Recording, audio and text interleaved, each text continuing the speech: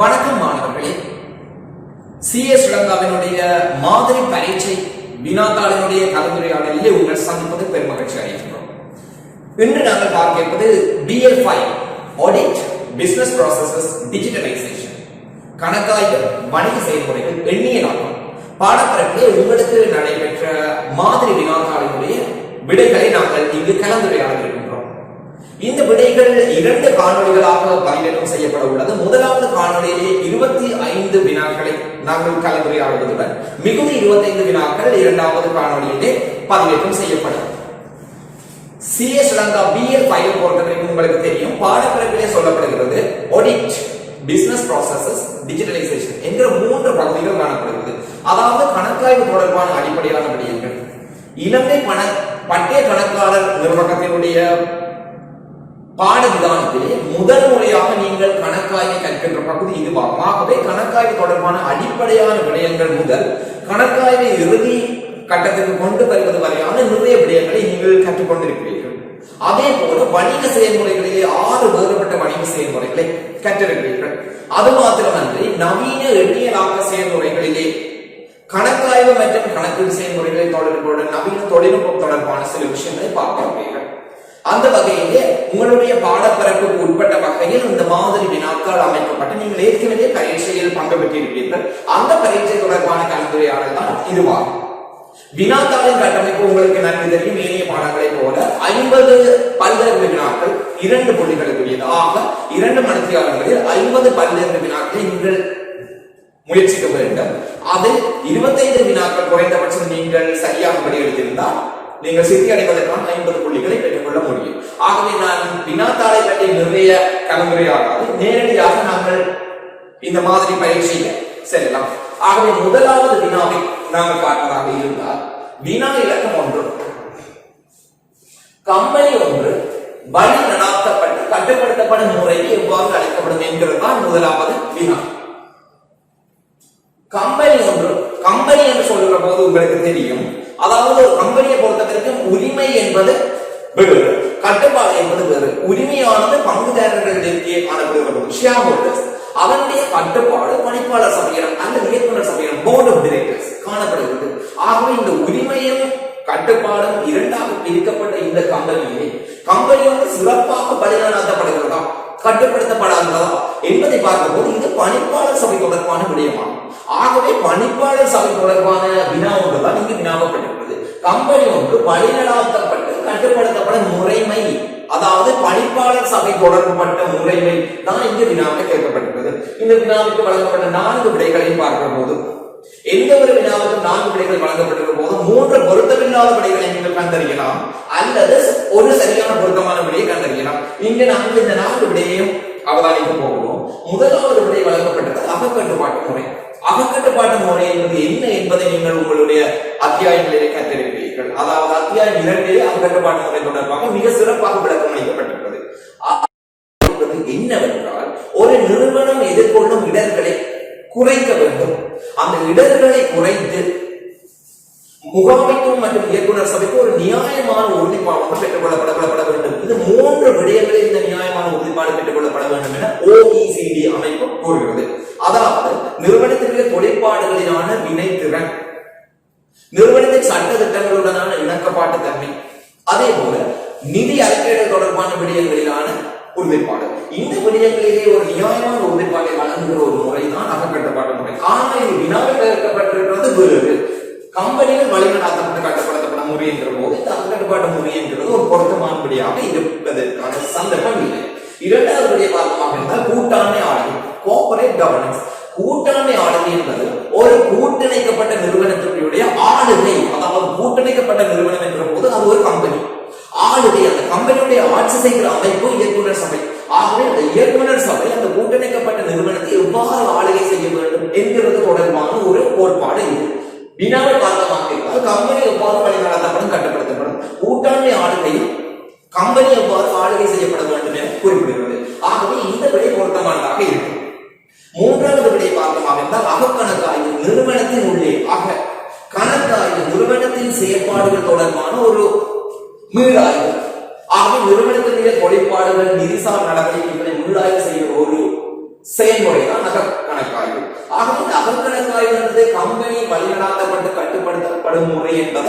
சொல்றதுக்கானது அல்ல. புறக்கணக்காய்வு என்ற போது நிறுவனத்திலிருந்து சுயாதீனமான ஒரு தொழில்சார் பயிற்சியாளர் நிறுவனத்தினுடைய நிதிசார் நடவடிக்கைகளை ஆய்வு செய்து நிதி கூட்டுகள் உண்மையை நியாயமான தன்மை வெளிப்படுத்துகிறதா என்பது தொடர்பாக ஒரு அபிப்பிராயத்தை வழங்குகிற செயற்பாடாக இருக்கிறது. ஆகவே இது கம்பெனி வழிநடத்தப்பட்டு கட்டுப்படுத்தப்படும் முறை அல்ல. அதனால் இந்த 4 விடைகளை நாங்கள் பார்க்கிற போது இரண்டாவது விடை பொருத்தமானதாக காணப்படுகிறது. ஆகவே இந்த வினாவுடைய விடை கூட்டாண்மை ஆளுகை. கம்பெனியோடு வழிநடத்தப்பட்டு கட்டுப்படுத்தப்படும் முறை கூட்டாண்மை ஆளுகை ஆகும். கூட்டாண்மை ஆளுகை என்பதற்கான வரைவிலக்கணம் இது. கம்பெனி எவ்வாறு வழிநடத்தப்பட்டு கட்டுப்படுத்தப்படுகிறது. ஆகவே முதலாவது வினாவுக்குரிய விடையை சிறப்பாக விளங்கியிருப்பீர்கள் என்று நம்புகிறோம். இப்போது நாங்கள் இரண்டாவது வினாவுக்கு செல்லலாம். வினா இலக்கு 2 பொருளாதார ஒத்துழைப்பு மற்றும் அபிவிருத்திக்கான அமைப்பு OECD Organization for Economic Cooperation and Development கூட்டாண்மை ஆளுகைக்கான பல கோட்பாடுகளை ஸ்தாபித்துள்ளது.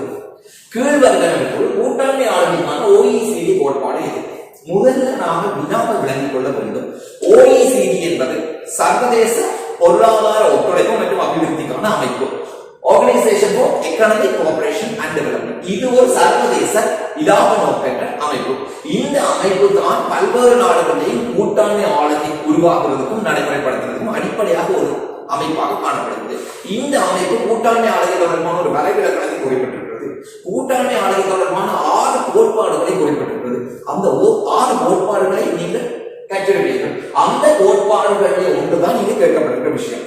ஆகவே அந்த கோட்பாடுகள்ல ஒன்று எது என்பதை நாங்கள் கண்டுபிடிக்க வேண்டும். அப்ப முதல்ல நாங்கள் பார்த்தோமாக இருந்தால் முதலாவது விடை என்ன சொல்றது? கம்பெனி மிகையான இடர்களுக்கு ஆளாகாமல் இருப்பதை உறுதி செய்கிறது. இது நடைமுறையில சாத்தியமா? எந்த ஒரு கம்பெனியாக இருந்தாலும் இடரை எதிர்கொள்ளாமல் சந்தையை கைப்பற்ற முடியாது, லாபத்தை உழைக்க முடியாது. ஆகவே இடரை ஏற்றுக்கொள்ள வேண்டியது அவசியமா இருக்கு.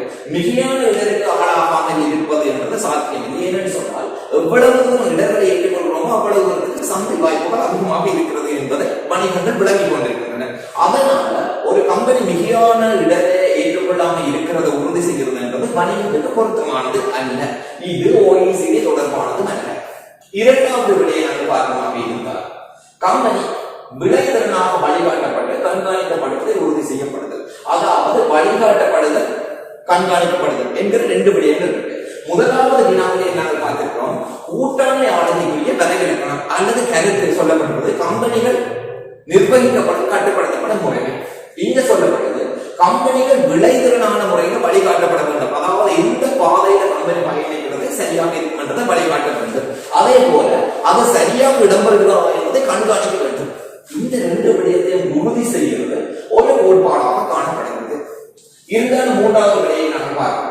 கம்பெனி வழங்கும் தகவல் செம்மையாக நம்பகமாக இருப்பதை உறுதி செய்கிறது. ஒரு கம்பெனி அதனுடைய அக்கறை உள்ள தரப்பினர் பலவியருக்கும் தகவல்களை வழங்கும். உதாரணம் நிதி கூட்டுகளை வழங்கும். இந்த நிதி கூட்டுகளை பயன்படுத்துவதற்கு நாங்கள் பார்த்தோமாக இருந்தால் பங்குதாரர், வழங்குனர், வாடிக்கையாளர்கள், அரசாங்கம், வரி திணைக்களம், வங்கிகள் இப்படி பல்வேறுபட்டவர்களுக்கும் கம்பெனி தகவல்களை வழங்கும். அந்த தகவல்கள் செம்மையாக நம்பகமாக இருப்பதை உறுதி செய்யும் செயற்பாட்டுக்கு பெயர் வந்து கணக்காய்வு. ஆகவே இது கணக்காய்வு தொடர்பான ஒரு கருத்தை வழங்குவதை தவிர கூட்டாண்மை ஆளுகை என்ற கருத்தை வழங்குவதில்லை. ஆகவே கூட்டாண்மை ஆளுகை தொடர்பான ஒரு கோட்பாடாக இது இல்லை. இது கணக்காய்வு ஒரு கோட்பாடாக காணப்படுகிறது.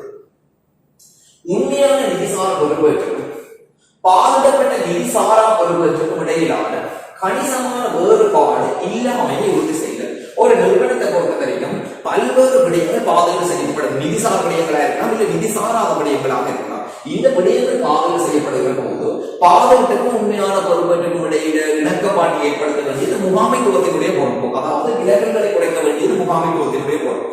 இந்த விலகல்களை குறைக்கிறது இடர் முகாமைத்துவத்தினுடைய ஒரு நோக்கமாக இருக்கிறதே தவிர இது OECD கோட்பாட்டோட கூட்டாண்மை ஆளுகை கோட்பாட்டோட தொடர்பு படவில்லை.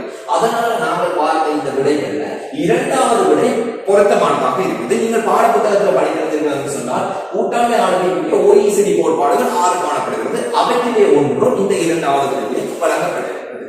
ஆகவே பொருத்தமான விடை இரண்டாவது விடையாக காணப்படுகிறது. இப்போது நாங்கள் மூன்றாவது வினாவுக்கு செல்லலாம். வினா 3. கீழ்வருவனவற்றுள் பட்டே கணக்கறிஞர் நிறுவனத்தால் பிரசுரிக்கப்பட்ட கூட்டாண்மை ஆளுகை 2017 மீதான சிறந்த நடைமுறை கோவையின்படி பணிப்பாளர் சபையின் சமநிலையை விவரிப்பது எது? நாங்கள் கூட்டாண்மை ஆளுகை பற்றி யோசித்து பார்த்தமாக இருந்தால் கூட்டாண்மை ஆளுகை சொல்வது இந்த பணிப்பாளர் சபை போர்டு ஆஃப் டைரக்டர்ஸ் ஒரு சமத்துவத்தை கொண்டிருக்க வேண்டும். அதாவது இந்த பணிப்பாளர் சபையிடம் ஒரு முறியடிக்க முடியாத பலம் காணப்படுகிறது.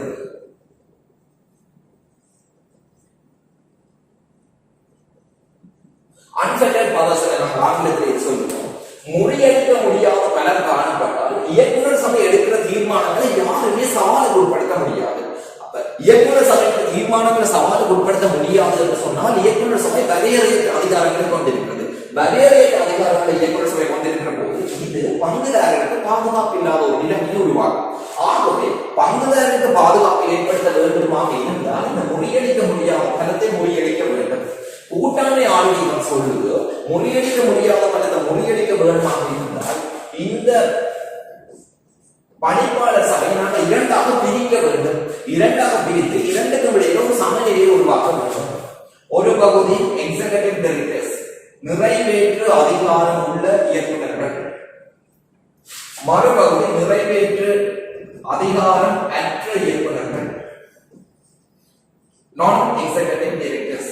இந்த இரண்டு பேருக்கு இடையே சமநிலை உருவாக்க வேண்டும் என்று சொன்னால் இயக்குநர் சபையில் நிறைவேற்று அதிகாரம் உள்ளவர்களை நிறைவேற்று அதிகாரம் இல்லாதவர்கள் கட்டுப்படுத்த முடியும். நிறைவேற்று அதிகாரம் இல்லாதவர்களை நிறைவேற்று அதிகாரம் உள்ளவர்கள் கட்டுப்படுத்த முடியும். ஆகவே ஒருவரை ஒருவர் கட்டுப்படுத்துவதற்காக முறியடிக்க முடியாத பலம் இல்லாமல் போகும். இது பங்குதாரருக்கு ஒரு பாதுகாப்பான நிலைமை உருவாக்கும் என்றது கூட்டாண்மை ஆளுநர் கோட்பாட்டினுடைய முக்கியமான ஒரு விடயமாக காணப்படும்.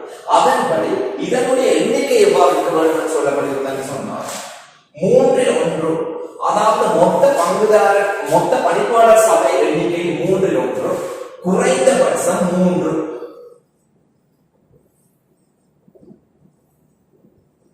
குறைந்தபட்சம் 3 அல்லது மொத்த பணிப்பாளர் சபை எண்ணிக்கையினுடைய 3-1. இந்த இரண்டில் எது உயர்வான பெறுமதியோ அந்த பெறுமதியை நான் எக்ஸிகியூட்டிவ் டைரக்டர்ஸ் நிறைவேற்று அதிகாரம் அற்ற இயக்குநர்கள் காணப்பட வேண்டும் என்கிறதுதான் பணிப்பாளர் சபையுடைய சமநிலை. அதாவது பணிப்பாளர் சபை இந்த இரண்டு பக்கத்துக்கு ஒரு சமத்துவத்தை கொண்டிருக்க வேண்டும் என்று சொல்லப்படுகிறது. இதுல எக்ஸிகியூட்டிவ் டைரக்டர்ஸ் நிறைவேற்று அதிகாரம் உள்ளவர்கள் யாருக்கு பார்க்கமாக இருந்தால் நிறுவனத்திலே இரட்டை வகைப்பாகத்தை கொண்டவர்கள், அதாவது பணிப்பாளர் சபையிலிருந்து தீர்மானம் எடுப்பதற்கும் அந்த தீர்மானத்தை நிறைவேற்றுவதற்காக முகாமைத்துவத்தில் தொழில்படுகின்ற இரட்டை வகைப்பாகத்தை கொண்டவர்கள். ஆகவே இவர்கள் நாளாந்த தொழிற்பாடுகளில் டே டு டே ஆபரேஷன்ஸ் நாளாந்த தொழிற்பாடுகளிலே பங்கு வகிப்பார்கள். ஆனால் இவர்களை பாருங்க, இவர்கள் பணிப்பாளர் சபைக்கு தருவார்கள், நாளாந்த தொழிற்பாடுகளுக்கு இவர்களுக்கு பொறுப்பு இல்லை. இப்படிப்பட்ட இந்த இரண்டு குழுவினருக்கு ஒரு சமத்துவம் காணப்பட வேண்டும் என்றுதான் இது சொல்லப்பட்ட முடியும். ஆகவே எது அந்த சமநிலையை விவரிக்கிறது என்று பார்க்கமாக இருந்தார் நிறைவேற்று அதிகாரம் அற்ற பணிப்பாளர்கள் நான் எக்ஸிகியூட்டிவ் டைரக்டர்ஸ் கம்பெனி நாளாந்த தொழிற்பாடுகளுக்கு பொறுப்பினை கொண்ட பணிப்பாளர்கள் என்றது தவறான விடை. ஏன்னு சொன்னால் நான் எக்ஸிகியூட்டிவ் நிறைவேற்று அதிகாரம் அற்ற, ஆகவே இவர்களுக்கு நாளாந்த தொழிற்பாடுகள் கிடையாது. இவர்களுக்கு நாளாந்த தொழிற்பாடுகளுக்குரிய பொறுப்புகள் காணப்படுவது இல்லை என்கிறதால முதலாவது விடை பொருத்தமற்றது. இப்போது நாங்கள் இரண்டாவது விடைக்கு போகும் போது நிறைவேற்று அதிகாரமற்ற பணிப்பாளர் எண்ணிக்கை 3க்கு குறைந்தபட்சம் 3 அல்லது மொத்த உறுப்பினரின் 3/1 அதிகமாக இருக்க வேண்டும். அதாவது மொத்த பணிப்பாளர் சபையுடைய 3/1 அல்லது குறைந்தபட்சம் 3. இந்த இரண்டிலே எது உயர்ந்த பெறுமதி அந்த பெறுமதியில் இருக்க வேண்டும். இது நிறைவேற்று அதிகாரம் அற்றவர்கள். பணிப்பாளர் சபையின் பெரும்பான்மை நிறைவேற்று பணிப்பாளர்களாக இருத்தல் வேண்டும். பணிப்பாளர் சபையுடைய பெரும்பான்மை நிறைவேற்று பணிப்பாளர்களாக இருத்தல் வேண்டும் என்பது பொதுவான நிலை. ஆனால் இப்படி ஒரு விடயம் சொல்லப்படவில்லை. இங்க சொல்லப்பட்டிருக்க மொத்த பணிப்பாளர் சபை 3/1 அல்லது குறைந்தபட்சம் 3 நிறைவேற்று அதிகாரம் மற்றவர்களாக இருக்க வேண்டும். இவர்களுக்கு எண்ணிக்கை சொல்லப்படவில்லை. அப்படி என்று சொன்னால் நாங்கள் உதாரணமாக ஒரு கம்பெனியிலே 3 பணிப்பாளர்கள் மாத்திரம் இருப்பதாக கருதி கொண்டால் 3 பணிப்பாளர்கள் மாத்திரம் இருப்பதாக கருதி கொண்டால் அந்த 3 பேருக்கு நிறைவேற்று அதிகாரமாக உள்ள நிறைவேற்று அதிகாரம் இல்லாதவர்களாக இருக்க வேண்டும். ஒருவேளை 5 பேர் இருப்பதாக கருதி கொண்டால் இந்த 5லே 3/1 என்பது ஒருவருக்கு மேற்பட்ட, அதாவது 2 பேரை குறிக்கும். குறைந்தபட்சம் 3 பேர் இருக்க வேண்டும். ஆக இந்த கட்டத்தில் பெரும்பான்மையானவர்கள் நிறைவேற்று அதிகாரம் மற்றவர்களாக இருக்கிறார்கள். ஆகவே இந்த குழு ஏற்றுக்கொள்ள முடியாத ஒரு விடயம். நான்காவது கூற்றை பார்ப்போமாக என்றால் சகல நிறைவேற்று அதிகாரமற்ற பணிப்பாளர்கள் சுயாதீனமானவர்களாக இருத்தல் வேண்டும். இது ஏற்றுக்கொள்ள முடியாத ஏன்னு சொன்னால் இந்த நிறைவேற்று அதிகாரம் மற்றவர்கள் ரெண்டு விதமானவர்கள் இருக்கிறார்கள். சுயாதீனமான இண்டிபெண்டன்ட் ஆஃபீஸர், சுயாதீனமான நிறைவேற்று அதிகாரம் அற்றவர்கள். அதே போல நான் இண்டிபெண்டன்ட் டைரக்டர்ஸ், சுயாதீனம் அற்றவர்களுக்கு ரெண்டு பகுதிகள் இருக்கிறதால அனைவரும் சகல நிறைவேற்று அதிகாரமற்ற பணிப்பாளர்களும் சுயாதீனமானவர்களாக இருத்தல் வேண்டும் என்று ஏற்றுக்கொள்ள முடியாது. ஆகவே நாம் இங்க பார்க்கிறோம். முதலாவது பொறுப்பு என்னென்று சொன்னால் எண்ணிக்கை நிறைவேற்று அதிகாரம் அற்றவர்களுக்கு கம்பெனி பணிப்பாளர்கள் பொறுப்பில்லை. ஆக இந்த விட நிராகரிக்கப்பட்டுள்ளது. மூன்றாவது பெரும்பான்மை நிறைவேற்று பணிப்பாளர்களாக இருக்க வேண்டும் என்ற ஒரு நேரடியாக குறிப்பிடப்பட்ட விதி அல்ல. நான்காவது விடையை நாங்கள் நிராகரிச்சிருக்கோம். ஆகவே சரியான விடையை நாங்கள் பார்த்தமாக இருந்தால் இரண்டாவது விடை சரியான விடையாக இருக்கும் இந்த வினா. ஆக நாங்கள் பார்க்கிறோம் 2017ஆம் ஆண்டு கூட்டாண்மை ஆட்சி கோட்பாடு என்று சொல்லப்பட்டிருக்கிறது. மொத்த பணிப்பாளர் சபையை 3 அல்லது குறைந்தபட்சம் 3 இந்த பருவத்தில் எது உயர்ந்த பருவதியோ அந்த எண்ணிக்கையில நிறைவேற்று அதிகாரம் மற்றவர்கள் காணப்பட வேண்டும் என்கிறதான் விதி. அதைத்தான் இந்த இரண்டாவது சொல்றது. ஆகவே இந்த வினாவுக்குரிய பொருத்தமான விடை இரண்டாவது தெளிவாக காணப்படுகிறது. இந்த வினாவை நீங்கள் சிறப்பாக விளங்கிக் கொண்டிருக்கிறேன் சொன்னால் நாங்கள் நான்காவது வினாவுக்கு இப்போது செல்லலாம். வினா இலக்கம் 4.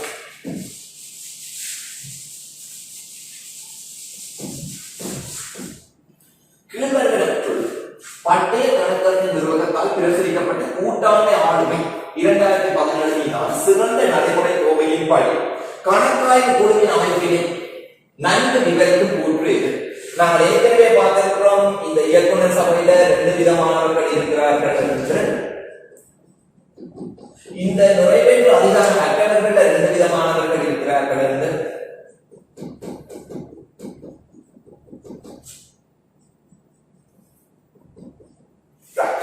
இந்த நிறைவேற்று அதிகாரம் அற்ற இயக்குநர்களை கொண்டு குழுமங்கள் உருவாக்கப்பட வேண்டும். குழுமங்கள், இந்த குழுமங்கள்ல 4 விதமான குழுமங்கள் பற்றி நாங்கள் படிச்சிருக்கிறோம். நியமன குழு, சம்பள குழு, கணக்காய்வு குழு, தொடர்புபட்ட தரப்பினர், கொடுக்கல் வாங்கல், மீளாய்வு குழு என்ற 4 குழுக்களை கொண்டிருக்க வேண்டும் என்பது பார்த்தோம். இங்கு இந்த குழுமங்களுக்குள்ள பொதுவான விதி என்னன்னு சொன்னால் எந்த ஒரு நிறைவேற்று அதிகாரம் உள்ளவர்களும் பங்கு பெற்ற முடியாது. முழுமையாக நிறைவேற்று அதிகாரம் அற்றவர்கள் இந்த குழுக்கள் காணப்படுகிறார்கள். அவர்களிலே பெரும்பான்மையானவர்கள் இவர்களாக இருக்க வேண்டும்.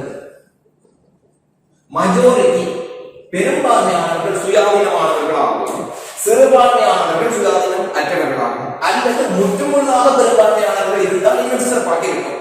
ஆக திரும்பவும் இந்த குழுசை பார்த்துக் கொள்வோம். நிறைவேற்று அதிகாரம் உள்ளவர்கள் குழுமத்துக்கு வர முடியாது. முற்றுமுழுதாக நிறைவேற்று அதிகாரம் அற்றவர்கள், அதிலேயும் பெரும்பான்மையானவர்கள் சுயாதீனமானவர்களாக இருக்க வேண்டும். இதுதான் குழுமங்களுக்குரிய விடயம். இப்ப நாங்கள் பார்க்கப்பட்டிருப்பது கணக்காய்வு குழு தொடர்பானது. இந்த கணக்காய்வு குழு பெயர்லேயே சொல்லப்படும். கணக்காய்வு குழு என்னென்ன விடயங்களோடு சம்பந்தப்படுறது சொன்னால் நிறுவனத்தினுடைய நிதி அறிக்கைகள், நிறுவனத்தினுடைய இடர் முகாமைத்துவம், நிறுவனத்துடைய அகக்கட்டுப்பாடுகள், நிறுவனத்துடைய அகக்கணக்காய்வு, நிறுவனத்துடைய புறக்கணக்காய்வாளருடைய நியமனம், தராதரம், இது தொடர்பான விடயங்கள். ஆகவே இந்த விடயங்களோட தொடர்பு வருவதுதான் இந்த கணக்காய்வு குழு. இந்த 4 கூற்றுகள்ல எது இந்த கணக்காய்வு குழு சிறப்பாக விவரிக்கிறது நாங்கள் பார்க்கமாக இருந்தால் குறைந்தபட்சம் 3 சுயாதீன நிறைவேற்று அதிகாரமற்ற பணிப்பாளரை கொண்டது. குறைந்தபட்சம் 3 சுயாதீன நிறைவேற்று அதிகாரம் அற்றவர்கள் இருக்க வேண்டும், ஏற்றுக்கொள்ளக்கூடியது. குறைந்தபட்சம் 3 உறுப்பினரை அல்லது மொத்த சபை உறுப்பினரின் 3இல் 1 கொண்டது. இது எது என்று சொன்னால் நிறைவேற்று அதிகாரமற்ற இயக்குநர்கள் எண்ணிக்கைதான் இந்த 2வது குறிப்பிடப்பட்டது. ஆகவே இந்த வினாவுக்கு இந்த 2வது தெரிவு சரியானதாக அமையாது.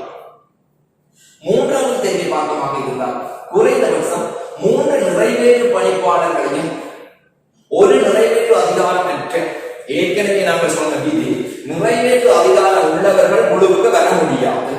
நிறைவேற்று அதிகாரம் உள்ளவர்கள் குழுவுக்கு வர முடியாது. ஆகவே இது விளையாடு குறைந்தபட்சம் 20 சுயாதீனமானவர்களாக உள்ள, குறைந்தபட்சம் 20 சுயாதீனமானவர்களாக உள்ள, குறைந்தது 3 நிறைவேற்று அதிகாரமற்ற இப்ப நாங்கள் முதலாவது விடையையும் நான்காவது விடையையும் ஒப்பிட்டு பார்த்தோம்னு சொன்னால் பொதுவான ஒரு விஷயம் இருக்கு, குறைந்தபட்சம் 3.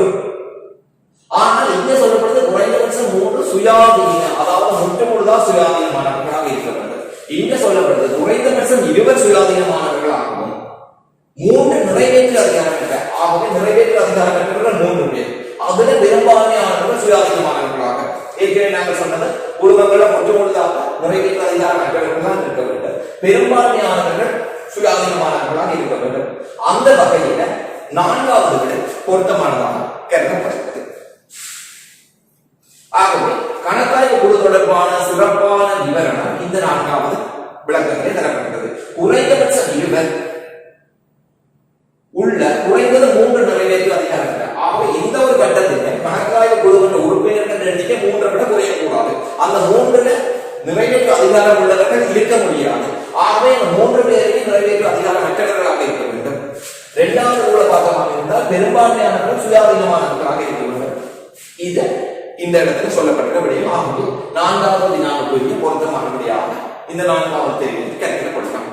இப்போது இதை நீங்கள் சிறப்பாக விளங்கி கொண்டிருப்பீர்கள் என்று நம்பிக்கொண்டு ஐந்தாவது வினாவுக்கு செல்லலாம்.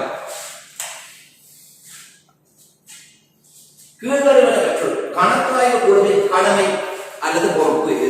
ஏற்கனவே நாங்கள் கணக்காய்வு குழு தொடர்பான விடயங்களை பார்த்திருக்கோம். இன்னும் 3 குழுக்கள் காணப்படுகின்றன என்ற விஷயத்தை நாங்கள் பார்க்கிறோம். இந்த சகல குழுக்களும் நிறைவேற்று அதிகாரம் மற்ற இயக்குநர்களை கொண்டு பெரும்பான்மை சுயாதீனமான நிறைவேற்று அதிகாரம் மற்றவர்களை கொண்டு உருவாக்கப்பட்டது. கணக்காய்வு குழு முக்கியமா தொடர்புடைய விடயங்கள் என்னன்னு சொன்னால் நிதி அறிக்கைகள். ஏன்னு சொன்னா இது நேரடியாக கணக்காய்வோட தொடர்புடைய விஷயம். அகக்கணக்காய்வு, இடர் முகாமைத்துவம், புறக்கணக்காய்வாளருடைய நியமனம், தொழிற்பாடுகள், சம்பளம், இவ்வாறான விடயங்களோடு தான் இந்த கணக்காய்வோடு தொடர்புபடும். ஆகவே இப்ப நாங்கள் வெளியே பார்க்கலாம். பின்வருவனவற்றுள் கணக்காய்வு குழுவின் கடமை அல்லது பொறுப்பு இது. சபை மற்றும் சிரேஷ்ட முகாமையின் ஊதியம் தொடர்பான விடயங்கள் தொடர்பு சபைக்கு உதவுவதும் ஆலோசனை வழங்குவதும் யாருடைய வேலை சொன்னால் ஊதிய குழு அல்லது சம்பள குழுவினுடைய ரினியூவரேஷன் கமிட்டி. ஆக முதலாவது விடை கணக்காய்வு குழுவுக்கு பொருத்தமானதாக இருக்காது. ஏனென்று சொன்னால் அது ஊதிய குழுவினுடைய வேலையாக ஊதிய குழு இயக்குனர் சபைக்கு சம்பளம் எவ்வாறு இருக்க வேண்டும் என்பது தொடர்பாக சபைக்கு ஆலோசனை வழங்கும். ஆக முதலாவது விடையை நம்ம நிராகரிக்க முடியும். இரண்டாவது விடைய பாகமாக இருந்தால் சபைக்கு நிறைவேற்று பணிப்பாளர்களை நியமிப்பதற்கும் கணக்காய்வுக்கும் என்ன சம்பந்தம்? நியமிப்பது நியமன குழுவினுடைய வேலை. ஆகவே அது கணக்காய்வு குழுவினுடைய வேலை அல்ல. நியமன குழு தொடர்பாக நீங்கள் பார்க்கும்போது பார்த்திருப்பீர்கள், சபைக்கு இயக்குநர்களை நியமிப்பது தொடர்பாக ஒரு முறை சார்ந்த வெளிப்படையான ஒழுங்கமைப்பு காணப்பட வேண்டும். There should be a formal and transparent policy என்று சொல்லி corporate governance நீங்க படிச்சிருக்கீங்க, கூட்டாளர் முறையில் சொல்லப்பட்டிருக்கு. இது சபைக்கு பணிப்பாளர்களை நியமிப்பது. ஆகவே அது நியமன குழுவினுடைய வேலையாக இருக்குமே தவிர கணக்காய்வு குழுவினுடைய தொழிற்பாடு அல்ல என்பதை நாம் விளங்கிக் கொள்வோம். மூன்றாவது, ஒவ்வொரு பணிப்பாளர் செயற்பாட்டை மதிப்பாய்வு செய்வது சபைக்கு உதவுது. பணிப்பாளர்கள் எவ்வாறு செயற்படுகிறார்கள் என்றதை மதிப்பாய்வு செய்ய வேண்டும். 3 வருடத்துக்கு ஒரு முறை அவர்களை மீள் தேர்தலுக்கு கொண்டு வர வேண்டும். இது பணிப்பாளர்களுடைய நியமனம், செயற்பாட்டு மதிப்பீடு, மீள் நியமனம் தொடர்பான விடயம் என்பதாக இந்த நியமன குழுதான் தொடர்புபடும். ஆகவே இந்த விடயம் கணக்காய்வுடன் எந்த தொடர்புமே இல்லாத விடயம். நான்காவது விடயத்தை பார்த்தமாக இருந்தால் புறக்கணக்காய்வாளர், அதாவது வெளிவாரி கணக்காய்வாளர், எக்ஸ்டர்னல் ஆடிட்டர், அவருடைய நியமனம், மீள் நியமனம், நீக்கம் தொடர்பில் சபைக்கு பரிந்துரைகளை வழங்குதல். அதாவது ஒருத்தர புறக்கணக்காய்வாளராக நியமிக்கலாமா, அவர் சுயாதீனமானவரா, தொழில்சார் திறன்களை கொண்டிருக்கிறார்களா, தகமைகள் சரியா இருக்கா, அவர்கள் தகமை இனங்களிலிருந்து விலகி இருக்கிறார்களா என்பது தொடர்பாக மதிப்பீடு செய்கிறது.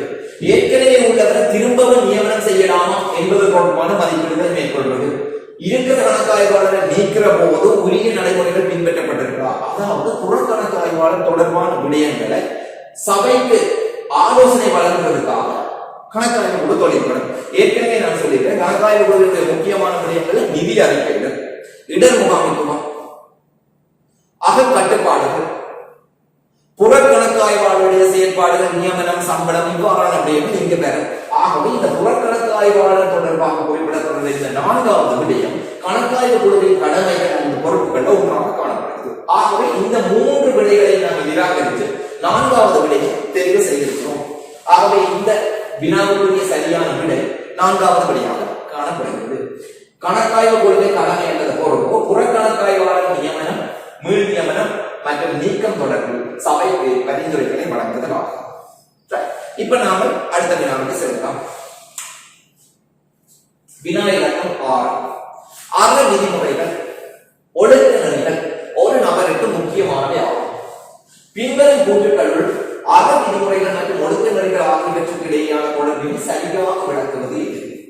அற விதிமுறைகள் ஒழுக்க நெறிகள் இந்த ரெண்டுக்கும் இடையே இருக்க வேறுபாட்டை பார்த்தோம்னா முதல்ல ஒழுக்க நெறிகளை பார்ப்போம். எதிக்ஸ் ஒழுக்க நெறிகள் நாங்கள் அக்கவுண்டன்ஸ் கணக்காளர்கள் என்ற வகையில கணக்காளர் நிறுவனங்களில் எங்களுக்கு ஒழுக்க நெறிகள் தரப்பட்டிருக்கு.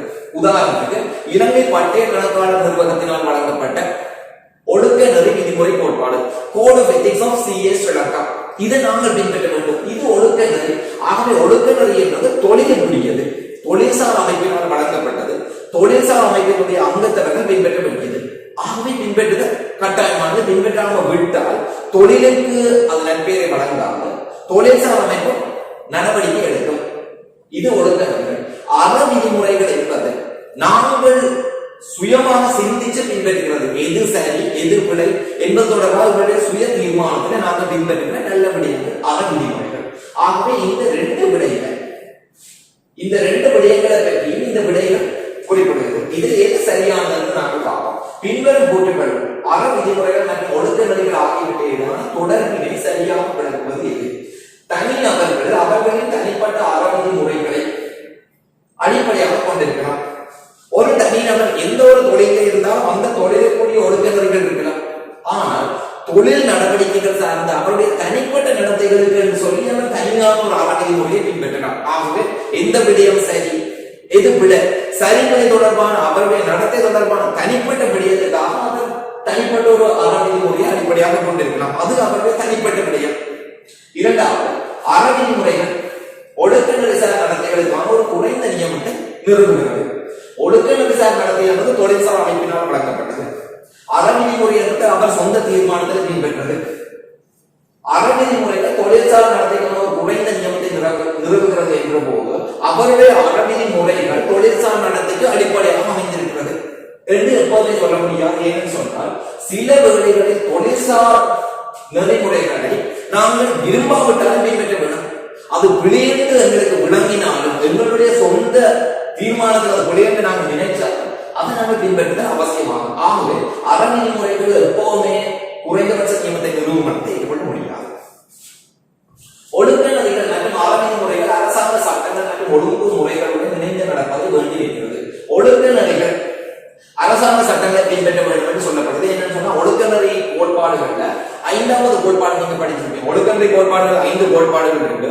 முதலாவது விடயம் சொல்லப்படுது இன்டெகிரிட்டி, ஒருமைப்பாடு அல்லது நாணயத்தன்மை. 2வது பக்கம் சாரா தன்மை, ஒப்ஜெக்டிவிட்டி.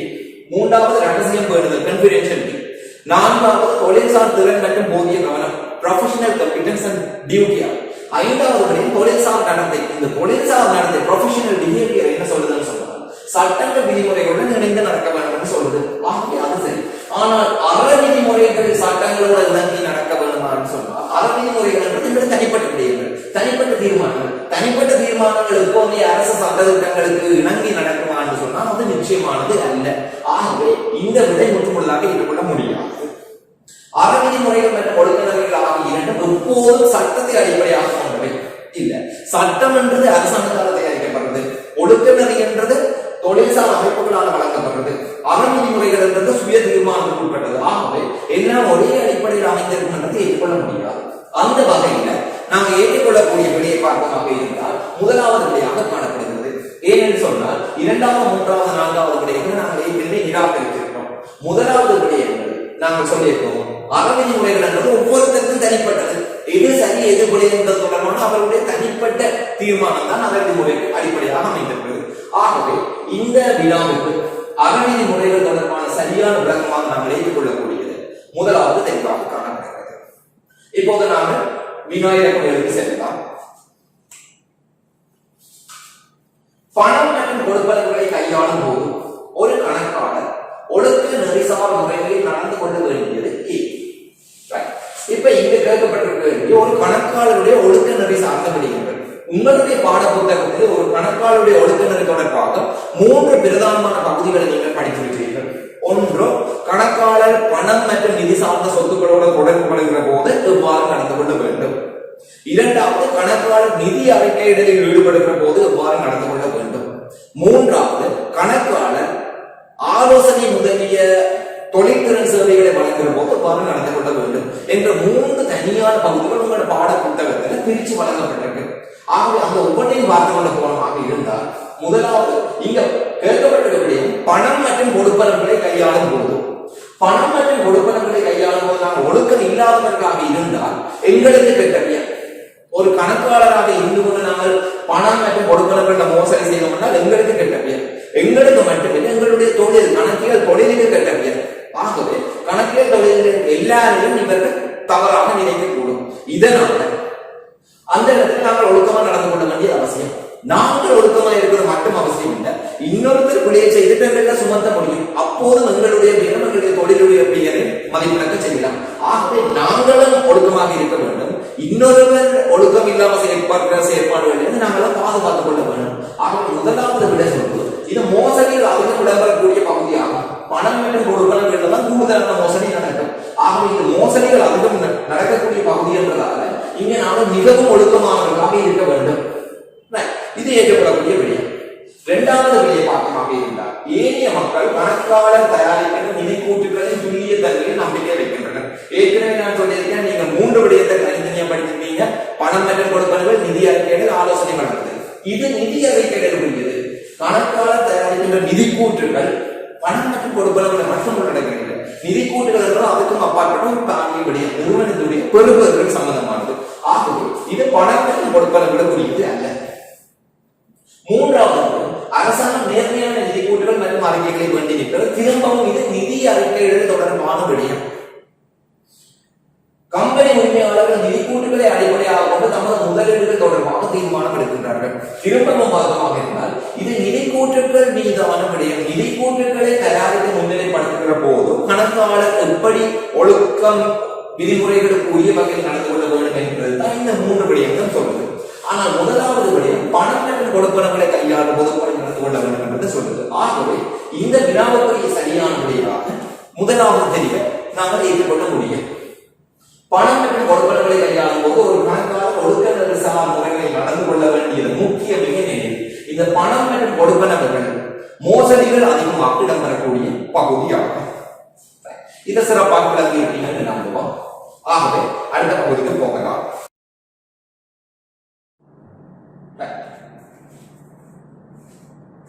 விநாயகம் 8, தொழில்சார் கணக்காளரின் ஒழுக்க நெறிசார் நடத்தைகளுக்கு அச்சுறுத்தல்கள் காணப்படுகின்றன. ஏற்கனவே நாங்கள் படித்திருக்கோம், தொழில்சார் கணக்காளர் ஒருவருக்கு காணப்படுகிற ஒழுக்க நெறிகள் தொடர்பான 5 கோட்பாடுகள். என்னென்ன கோட்பாடுகள் பார்த்தோம்னு சொன்னால், தொழில்சார் கணக்காளர் பின்பற்ற வேண்டிய முதலாவது கோட்பாடு நாணயத்தன்மை அல்லது ஒருமைப்பாடு, இன்டெகிரிட்டி. இரண்டாவது பக்கம் சாராத தன்மை, ஒப்ஜெக்டிவிட்டி. மூன்றாவது ரகசியம் பேணுதல், கான்ஃபிடென்ஷியலிட்டி. நான்காவது தொழில்சார் திறன் மற்றும் போதிய கவனம், ப்ரொஃபஷனல் காம்பிடன்ஸ் அண்ட் டியூட்டி. ஐந்தாவது விடயம் தொழில்சார் நடத்தை. இந்த 5 கோட்பாடுகளை பின்பற்றுவது தொழிலுக்கும் நல்லது, கணக்காளருக்கும் நல்லது. இந்த 5 விடயங்களை பின்பற்ற போது 5 விதமான அச்சுறுத்தல்கள் பெறலாம். அச்சுறுத்தல்கள் என்பது இந்த கொள்கைகளை முறியடிக்கக்கூடிய, இந்த கொள்கைகளை கேள்வி உட்படுத்தக்கூடிய, இந்த கொள்கைகளை தோற்கடிக்கக்கூடிய 5 விதமான அச்சுறுத்தல்கள். முதலாவது பார்த்தோம்னு சொன்னால் சுய நாட்ட அச்சுறுத்தல் அல்லது சுய அக்கறை அச்சுறுத்தல், செல்ஃப் இன்ட்ரெஸ்ட் த்ரெட். இரண்டாவது பார்த்தமாக இருந்தால் சுய மீளாய்வு அச்சுறுத்தல், செல்ஃப் ரிவ்யூ த்ரெட். மூன்றாவது பார்த்தமாக இருந்தால் ஃபேமிலியாரிட்டி த்ரெட், பரிச்சயத்தன்மை. நான்காவது பார்த்தமாக இருந்தால் வாதாட்டம் அல்லது வழக்காடல், அட்வொகேசி த்ரெட்.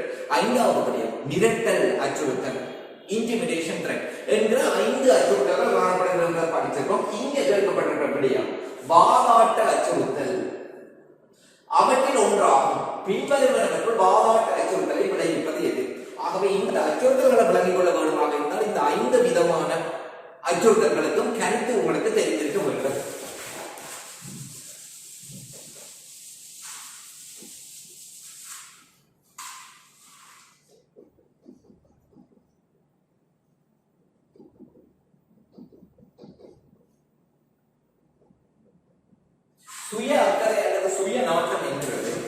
சுய அக்கறையாக தன் மீதான கவனத்தின் காரணமாக தொழில் மீதான கவனத்தை விட்டுக் கொடுக்கிறது. ஒரு கணக்காளரை பொறுத்தவரைக்கும் ரெண்டு விதமான நலன்கள் இருக்க வேண்டும். ஒன்று தொழில் மீதான நலன், அதாவது தொழில சொல்லப்படுற விஷயங்களை சரியாக செய்ய வேண்டும், முறையாக நிறைவேற்ற வேண்டும் என்பது. இரண்டாவது தனிப்பட்ட நலன், தன்னுடைய சொந்த நலன்களை நிறைவேற்ற வேண்டும் என்பது. தொழில் சார்ந்த நலன்களுக்காக சொந்த நலன்களை அவ்வாறு விட்டு கொடுத்தால் அதுதான் சுய அக்கறை அல்லது சுய நாட்ட அச்சுறுத்தல். தன்னுடைய சொந்த நலன்களுக்காக தொழில் சார்ந்த நலன்களை விட்டுக் கொடுக்க கூடாது. இரண்டாவது விடயத்தை பாகமாக இருந்தால் சுய மீளாய்வு. சுய மீளாய்வு, செல்ஃப் ரிவ்யூ. தானே ஒரு விடயத்தை நிறைவேற்றிவிட்டு தானே அதை மீளாய்வு செய்து அது சரி என்று கருத்து சொல்ல முடியாது. அதாவது ஆரம்பத்தில் தன்னால மேற்கொள்ளப்பட்ட ஒரு விடயத்தை தானே மீளாய்வு செய்கிறது இழக்கிறதன் மூலம் தன்னுடைய சுயாதீன தன்மையை இழக்கக்கூடும். ஆகவே இது சுய மீளாய்வு. மூன்றாவது விடயத்தை பாகமாக இருந்தால் பரிச்சயத்தன்மை, ஃபெமிலியாரிட்டி. நெருக்கமான உறவுமுறை காரணமாக இன்னொருவருக்கு நம்ம பக்கம் சார்ந்து போகக்கூடியதா இருக்கும். ஆகவே நீண்ட கால தொடர்புகள், நெருக்கமான உறவு முறைகள், பரிதாபப்படுதல் இவ்வாறான காரணங்களுக்காக இன்னொருவருக்கு நாங்கள் பக்கம் சார்ந்து போவோம். அப்படியான அச்சுறுத்தல் வந்து பரிச்சயத்தன்மை அச்சுறுத்தல் என்று சொல்லப்படுகிறது. நான்காவது வாதாட்டம், அட்வொகேசி. அதாவது இன்னொருவருக்காக நீங்கள் போய் வாதாடுவது. ஒரு கணக்காளர் என்றவர் ஒரு சுயாதீனமானவராக இருக்கிறது தான் தொழிலுக்கு நல்லது. ஆனால் நாங்கள் இன்னொருவருக்கு ஆதரவாக போய் வாதாட தொடங்கினோம் என்று சொன்னால், அவருக்கு சார்பாக செயல்பட தொடங்கினோம் என்று சொன்னால் எங்கள் சுயாதீன தன்மை இழக்கப்படும். இதனால எங்களுடைய தொழிலுக்கும் எங்களுக்கும் மரியாதை இல்லாமல் போகலாம். ஆகவே இது வாதாட்டம் என்று சொல்லப்படுகிறது. ஐந்தாவது மிரட்டல். யாரோ ஒருவர் நாங்கள் செய்கிற வேலையோடு சம்பந்தப்பட்ட இன்னொருவர் எங்களை மிரட்டலாம், குறிப்பிட்ட ஒரு விடயத்தை செய்ய சொல்லி. அது பிழையாக இருந்தாலும் அவருடைய மிரட்டலுக்கு பயந்து நாங்கள் செய்ய வேண்டி ஏற்படலாம். இதுக்கு பேர் மிரட்டல். இந்த 5 விடயங்கள் தான் நாங்கள் இங்க பார்த்துக்க ஒழுக்க நெறி நடத்தைகள் தான் அச்சுறுத்தல். 5 விதமான அச்சுறுத்தல்கள் காணப்படுகிறது. இங்க கேட்கிற கேள்வி வாதாட்ட அச்சுறுத்தல். வாதாட்ட அச்சுறுத்தல் பின்வருவனவற்றுள்ளது என்றுதான் எங்கள்கிட்ட கேட்கப்பட்ட கேள்வி. ஆகவே வாதாட்ட அச்சுறுத்தலை நாங்கள் பாகமாக இருந்தால் முதலாவது விடயம் நிதி பணிப்பாளர் லாப பகிர்வு ஊக்குவிப்பு தொகைக்கு உரித்துடையவராக நிதி பணிப்பாளர், கம்பெனியுடைய பைனான்ஸ் டைரக்டர், அவருக்கு லாப பகிர்வு ஊக்குவிப்பு தொகை கிடைக்கும். லாபம் அதிகமானால் அவருக்கு ஊக்குவிப்பு அதிகமாகும். நிறுவனத்தின் நிதி அறிக்கையில் அவரால் தாக்கம் செலுத்த முடியும். ஆகவே தனக்கு நிறைய லாபம் வேணும் என்று அவர் நினைச்சாராக இருந்தால் கம்பெனியுடைய லாபத்தை பொய்யாக கூட்டி காட்ட முடியும். தன்னுடைய சொந்த நலனுக்காக தன்னுடைய கணக்குகள் அவர் பொய் சொல்ல முயற்சிக்கிறார். தன்னுடைய சொந்த நலனுக்காக அவர் தன்னுடைய தொழில் சார்ந்த உண்மை தன்மையை, நாணயத்தன்மையை, நேர்மை தன்மையை விட்டுக் கொடுக்கிறார். ஆகவே இந்த முதலாவது விடயம் எது என்று பார்த்தோம் சொன்னால் சுய அக்கறை அச்சுறுத்தலை குறிப்பிடுகிறது. ஆனால் இங்க கேள்வி வாதாட்டம். ஆகவே முதலாவது விடை பொருத்தமானது அல்ல. இரண்டாவது விடை போகமாக இருந்தால் கணக்காளர்கள் புதிதாக விதிக்கப்பட்ட வரிகளின் தாக்கம் சம்பந்தமாக விரிவான பகுப்பாய்வை மேற்கொள்ளுமாறு பணிப்பாளர்கள் வேண்டிக் கொண்டனர். எனினும் கணக்காளர் வரி தொடர்பான விடயங்களில் அனுபவம் கொண்டவராக இருக்கவில்லை.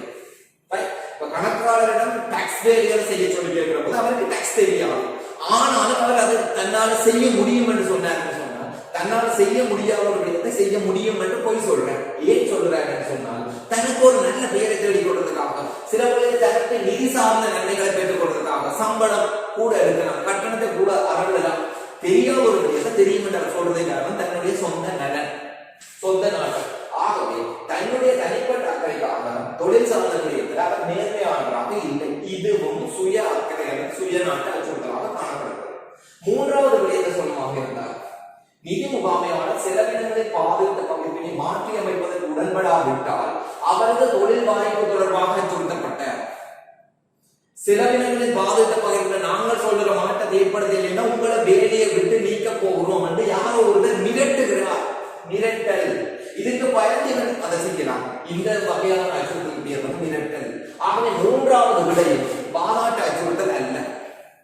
நான்காவது ஒரு நிதி நிறுவனத்துடைய பேரம் பேசுவது நிறுவனத்திலே பிரதிநிதித்துவப்படுத்துமாறு கணக்காளரிடம் வேண்டிக் கொள்ளப்பட்டது. ஆகவே கணக்காளர்கிட்ட கேட்கிறார்கள், நாங்கள் ஒரு நிறுவனத்தோட பேரம் பேசுறோம், ஒரு நிதி வசதியை பெற்றுக் கொடுத்ததா பேரம் பேசுறோம், எங்களுக்கு ஆதரவாக அவர்களோட கலைக்க முடியுமா, எங்களுக்கு ஆதரவாக அவர்களோட கலைக்க முடியுமா, அதாவது எங்கள் சார்பாக வாதாட முடியுமா. வாதாட்டம் என்ற என்ன ஏற்கனவே பார்த்திருக்கோம். இன்னொருவருக்கு பக்கம் சார்ந்து நாங்கள் அவருக்கு சார்பான கருத்துக்களை தெரிவிக்கிறது. அப்படி தெரிவிக்க முடியுமா என்று கேட்கப்பட்டது. ஆகவே இது வாதாட்டம். விநாயகருக்கு மட்டும் சரியான விடை. இதுவாக காணப்படுகிறது. ஏனைய மூன்றும் பாதாட்ட அச்சுறுத்தல் அல்ல, நான்காவது கூட பாதாட்ட அச்சுறுத்தலாக காணப்படுகிறது. இப்போது நாங்கள் 9வது வினாவுக்கு செல்லலாம்.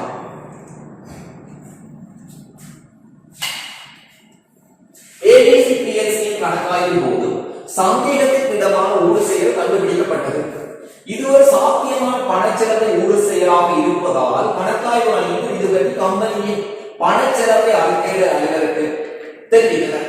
அவர் இது பற்றி உரிய அதிகார சபையினருக்கு அறிவிக்க தீர்மானித்தார். Money laundering reporting officer. இப்ப நிறுவனத்தில் ஒரு சந்தேகமான கொடுக்கல் வாங்கல் இடம்பெற்றிருக்கு. அந்த கொடுக்கல் வாங்கல் பணச்செலவையுடன் தொடர்புபட்டிருக்குமா என்று யோசிக்கிறார்கள். பணச்செலவு என்னன்னு உங்களுக்கு தெரியும். அது ஒரு விதமான நிதி குற்றம், அதாவது சட்டவிரோத பணத்தை சட்ட பணமாக மாற்றுறதுக்கான ஒரு குற்ற நடவடிக்கை. இந்த குற்ற நடவடிக்கை செய்கிறது யாராக இருந்தாலும், அதுக்கு துணை போறது யாராக இருந்தாலும் இருவருமே குற்றவாளிகள் தான். அந்த வகையில ஒரு விதமான குற்றம் நடக்குதுன்னு தெரிஞ்சா நாங்கள் உரியவர்கள் சொல்ல வேண்டும். சொல்லாம விட்டால் நாங்களும் குற்றவாளிகள். இந்த நிறுவனத்துல சந்தேகம் இருக்கிறதால இதை உரியவர்கள் அறிவிக்கப்படுகிறது. மேற்படி தகவலின் அந்தரங்க தன்மை பற்றிய சரியான கூற்று எது? தொழில்சார் கணக்காளருடைய 5 கோட்பாடுகள்ல 3வது கோட்பாடு நாங்கள் படிக்கிறோம். 1வது கோட்பாடு நாணயத்தன்மை, 2வது கோட்பாடு பக்கம் சாராத்தன்மை, 3வது கோட்பாடு இரகசியம் பேணுதல் அல்லது அந்தரங்க தன்மை என்ற கருத்து என்ன சொன்னால், நிறுவனத்தினுடைய ரகசிய தன்மை மிக்க தகவலை மற்றவர்களுக்கு சொல்லக்கூடாது. இங்கே நிறுவனத்தினுடைய ரகசியம் மிக்க தகவல் ஒன்று, கொடுக்கல் வாங்கல் ஒன்று MLROவுக்கு சொல்லப்படுகிறது. ஆகவே இந்த அந்தரங்க தன்மை தொடர்பான சரியான கூற்று எது? அந்தரங்க தன்மை என்ன சொல்றதுன்னு சொன்னா, ரகசியமான தகவலை மற்றவர்களுக்கு சொல்லக்கூடாது, அனுமதி இல்லாதவர்களுக்கு சொல்லக்கூடாது, சொந்த நலனுக்காக பயன்படுத்தக்கூடாது. ஆனால் இந்த ரகசியம் பேணுதல் கோட்பாட்டுக்கு சில விலக்களிப்புகள், சில விலக்களிப்புகளை பார்த்தமாக இருந்தால் சட்டத்தினால் தேவைப்படுத்தப்படுகிற போது அந்த தகவல் சொல்லத்தான் வேணும். அதே போல தொழில்சார் வெளிப்படுத்துவதற்கான உரிமை அல்லது கடமை இருந்தால் அந்த விடயத்தை சொல்லத்தான் வேணும். இவ்வாறான சில விலக்குகள் இருக்குன்னு நாங்கள் பார்க்கிறாங்க. அந்த வகையில பணச்செலவை தொடர்பான சட்டம் என்ன சொல்லுதுன்னு சொன்னா, பணச்செலவை தொடர்பான தகவல்கள் அல்லது சந்தேகங்கள் அறிய கிடைச்சா அதை தெரியப்படுத்தப்படும் என்பது சட்ட கட்டுப்பாடு. ஆகவே இங்க நம்ம விடைகளை பார்க்கலாம். இந்த ஊடு செயல் பற்றிய விவரங்கள் ஏபிசி பிஎல்சி அனுமதியுடன் மட்டுமே 1ஆம் தரப்பினருக்கு தெரிவிக்கப்பட வேண்டும். இது ஒரு சாதாரணமான விஷயமாக இருந்தால் இது சரி. ஆனால் இது சட்டவிரோதமான ஒரு சம்பவம் நடக்கிறது தொடர்பான விடயம் என்றதாக அனுமதி பெற்றுக் கொள்ளும் வரை காத்திருக்க முடியாது. கேட்டாலும் அனுமதி கிடைக்காது. ஆகவே இந்த ஒன்று பொருத்தமானதாக இல்லை. இந்த தகவல் கணக்காய்வின் போது பெறப்பட்டதனால் நிறுவனத்திற்கு வெளியுள்ள எவருக்கும் இந்த ஊடு செயல் பற்றிய விவரங்களை வெளியிட கணக்காய்வு நிறுவனத்துக்கு அனுமதி இல்லை. ஆடிட் ஃபர்ம் இந்த தகவலை தங்களுடைய ஆடிட்டின் போது தான் கண்டுபிடிச்சிருக்கு, ஆடிட் செய்யற போது தான் கண்டுபிடிச்சிருக்கு. ஆகவே இதை மற்றவர்களுக்கு சொல்லக்கூடாது. ஏனென்றால் ரகசியமானதாக இருக்க வேண்டும், அந்தரங்கமானது. ஆனால் இது இங்க ஒரு சட்ட ரீதியான தேவைப்பாடு இருக்கு. பணச்செலவு சட்டம் வந்து சொல்றது, அதை பற்றி தெரிய வந்தால் நீங்கள் கட்டாயம் அறிவிக்க வேண்டும். ஆகவே அனுமதி இல்லை என்று நாங்கள் சொல்ல முடியாது. சட்ட தேவை இருந்தால் கட்டாயம் சொல்ல வேண்டும். 3வது, இந்த ஊடு செயலின் வெளிப்பாடு சட்டத்தினால் தேவைப்படுத்தப்பட்டது. ஏற்கனவே நாங்கள் சொல்லியிருக்கோம். பணச்செலவை சட்டம் சொல்லுது, பணச்செலவை தடுப்பதற்கான சட்டம் வந்து சொல்லுது. இது தொடர்பான தகவல்களை தெரியப்படுத்த வேண்டும். ஆகவே இது சட்ட தேவைப்பாடு. 4வது வரை நிறுவனத்தை அனாமதேயமாக அதிகார சபை கருத்தில் வேண்டும். அனாமதேயமாக யார் சொல்லுறது தெரியாமல் ரகசியமா அறிவிக்க வேண்டும். ஆனால் இங்க இது ஒரு சட்ட தேவையாக இருப்பதால் நேரடியாக அறிவிக்க வேண்டும். ஆகவே இந்த 3வது தெரிவுதான் சரியான விடையாக அமையும். ஏன்னு சொன்னால் பணச்செலவைக்கு எதிரான சட்டம் சொல்லுது, இந்த விடயங்களை நீங்கள் கட்டாயமாக வெளிப்படுத்த வேண்டும். அதனால இந்த 3வது விடயம் நாம ஏற்றுக்கொள்ளக்கூடியதாக இருக்கும். அடுத்த வினாவை பார்க்க போவோம். வினா இலக்கம் 10. நிதி பணிப்பாளர் கணக்காய் வெற்றிகரமாக முடிவுற்றமையால் முழு அணியினரையும் பிற்பகல் தேநீர் விருந்துக்கு அழைத்து அவர்களுக்கு நன்றி தெரிவிக்க விரும்புவதாக கணக்காய் ஈடுபடும் பங்காளருக்கு அறிவித்தார். அதாவது உங்களோட கிளையன்ட் கம்பெனி சொல்லுது, ஆடிட் முடிஞ்சது, ஒரு டீ பார்ட்டிக்கு வாங்க, நீங்க நல்லா ஆடிட் செய்திருக்கீங்க, உங்களை நான் தேங்க் பண்ண போறோம், ஒரு டீ பார்ட்டிக்கு வாரீங்களா என்று கேட்டு தொழிற்சாலை கணக்காளருக்கான இலங்கை பட்டய கணக்கு நிறுவனம் நெறிமுறை கோவை வந்து எதை செய்யணும் எதை செய்யக்கூடாது என்று சொல்லியிருக்கு. அதன்படி கணக்காய் வணிகங்களால் மேற்கொள்ள வேண்டிய பொருத்தமான செயற்பாடு இது. இங்க நாங்க பார்க்கிறோம், இங்க ஏற்கனவே நாங்கள் அச்சுறுத்தல்களை சொல்லியிருக்கோம். இந்த இடத்துக்கு போனமாக இருந்தால், அவருடைய அடிப்படையில் நாங்கள் போனமாக இருந்தால் எங்களுக்கு சுயாதீனத்தன்மை இழக்கப்படும். ஏதோ ஒரு விதமாக அச்சுறுத்தல் கொண்டு ஏற்படும். என்ன அச்சுறுத்தல் உங்களுக்கு தெரியும், அதாவது சுய அக்கறை அச்சுறுத்தல். எங்களுக்கு தனிப்பட்ட ஒரு நன்மை கிடைக்கிறதாக இது சுயாதீனமாக காணப்படும். ஆகவே நாங்கள் என்ன செய்யலாம்? அதை என்னத்தை நாம் அழைத்திருக்காருன்னு சொன்னால் ஒரு தேநீர் விருந்து. தேநீர் விருதுன்றது ஒரு பெரிய செலவுல ஆடம்பரமா செய்யப்படுற விஷயம் இல்லை, ஒரு சிறிய விடயம். ஆகவே நிதிப்பணிப்பாளர் அழைப்போ இனியமாக மறக்கப்பட வேண்டும். நீங்கள் எங்களால் வர முடியாது என்று ஏதோ ஒரு காரணத்தை சொல்லி நேரடியாக மறக்காமல் ஏதோ ஒரு காரணத்தை சொல்லி அதில் விலகி போறது பொருத்தமானதாக இருக்கும். ஆனால் இங்க காணப்படுற தேநீர் விருதுன்றது ஒரு முக்கியத்துவம் இல்லாத ஒரு சிறிய விடயம். ஆகவே நீங்கள் அதை ஏற்றுக்கொண்டால் உங்களுக்கு வரப்போற அச்சுறுத்தல் பாதி அளவாக இருக்க போறது இல்லை. அதனால நீங்கள் மறக்கலாம். அல்லது ஏற்கனவே முடிவடைந்தவர் கணக்காக ஏற்கனவே முடிவடைந்திருப்பதால் நிதி பணிப்பாளர் அழைப்பு கணக்கில் கொள்ள முடியாத உருவப்படுத்தலாக இருப்பதால் அதனை ஏற்றுக்கொள்ள வேண்டும். ஏற்றுக்கொள்ள வேண்டும் என்றது கட்டாயம் இல்லை, ஏற்றுக்கொள்ளலாம். விரும்பினால் ஏற்றுக்கொள்ளலாம். ஏன்னு சொன்னால் ஏற்கனவே கணக்காய்வு முடிஞ்ச நாங்கள் அறிக்கையும் கொடுத்தால் இந்நேரம் தேநீர் விருந்தில் வச்சு அறிக்கை மாற்றங்களை கேட்க முடியாது. தேநீர் விருந்து என்ற ஒரு சிறிய விடயம் என்றதால் அதனால பெருசுபடுத்த வேண்டிய தேவையில்லை. அதனால அதனை ஏற்றுக்கொள்ளலாம், ஏற்றுக்கொள்ள வேண்டும் என்ற கட்டாயத்தில் விரும்பினால் ஏற்றுக்கொள்ளலாம், ஏற்றுக்கொண்டாலும் தாக்கம் குறைவாக இருக்கும். இந்த அழைப்பினை ஏற்க முன்னர் கணக்காய் ஈடுபட பங்காளர் கணக்காய் நிறுவனத்தில் சிரேஷ கணக்காய் பங்காளருடன் கலந்துரையாட வேண்டும். இந்த அழைப்பினை ஏற்றுக்கொள்ளதா இல்லையா என்று பெரிய மட்டங்களாக உயர் முகாமை மட்டங்களில் கலந்துரையாட வேண்டும். ஒரு சிறிய விடயத்துக்காக உயர் முகாமைத்துவத்தோட கலந்துரையாட வேண்டிய தேவை இல்லை. ஏனென்றால் இது ஒரு சிறிய விடயம். இந்த அழைப்பினை ஏற்க முன்னர் கணக்காய் ஈடுபட பங்காளர் கணக்காய் குழுவினர் கலந்துரையாட வேண்டும். நிறுவனத்தினுடைய கணக்காய்வு குழுவுக்கு நாங்கள் இதை பற்றி அழைக்க வேண்டுமா? இது ஒரு சிறிய விடயம், முக்கியத்துவமற்ற பொருண்மையற்ற விடயம். ஆகவே இந்த விடயத்தை பற்றி நாங்கள் சிரேஷ்ட மட்டங்களை கலந்துரையாடி நேரத்தை வீணடிக்க வேண்டும், வளங்களை வீணடிக்க வேண்டும் என்று தேவையில்லை. அதனால இந்த ரெண்டு விடயங்களை நாங்கள் நிராகரிக்கலாம். இந்த ரெண்டு விடயங்களையும் பார்க்கமாக இருந்தால் அந்த அழைப்பை மறுக்கலாம். ஆனால் இது ஒரு சிறிய விடயம் என்றதால நாங்கள் மறக்காம இருப்பது நல்ல வேணும்னு சொன்னால் எங்களுடைய சேவை பெறுநர்கள் கிளையன்ஸோட ஒரு நல்ல உறவுமுறை வச்சு கொண்டாதான் அடுத்த முறை எங்களுக்கு கணக்காய்வு கிடைக்கும். ஆனால் அது அச்சுறுத்தலும் உருவாக்கிடக் கூடாது. ஆகவே இது அச்சுறுத்தல் குறைந்த விடயம் என்றதால நாங்கள் ஏற்றுக்கொள்ளலாம். ஏற்றுக்கொள்ள வேண்டும் என்ற வார்த்தை பிரயோகம் கொஞ்சம் கருத்தை மாற்றுவதே தவிர ஏற்றுக்கொள்ளலாம் என்று இருந்தால் முற்றுமுழுதாக இந்த விடையை ஏற்றுக்கொள்ளலாம். ஆகவே இந்த ரெண்டு விடைகளையும் நாங்கள் மிக பொருத்தமான விடையை தெரிவு செய்யக்கூடியது இரண்டாவது தெளிவாக காணப்படுகிறது. ஆகவே ஒரு சிறிய தேநீர் விருந்துக்கு அழைக்கிற போது அதை நாங்கள் ஏற்றுக்கொண்டாலும் உங்களுக்கு இருக்க போகிற அச்சுறுத்தல் அளவு சிறியதாகவே காணப்படும். இப்போது நாங்கள் அடுத்த வினாவுக்கு செல்லலாம். வினா இலக்கம் 11. செயற்பாட்டின் விளைவு எப்படி இருந்த போதிலும் ஏபிசிபிஎஸ்சியின் கணக்காய்வின் போது இனங்கண்ட பொருண்மையான மோசடியான நிதி அறிக்கைகளை பொதுமக்கள் நலனை பாதுகாக்கும் பொருட்டு இலங்கை காப்பாவணங்கள் மற்றும் பரிமாற்ற ஆணைக்குழுவிற்கு அறிக்கையிட கணக்கு ஆய்வாளர் தீர்மானித்துள்ளார்.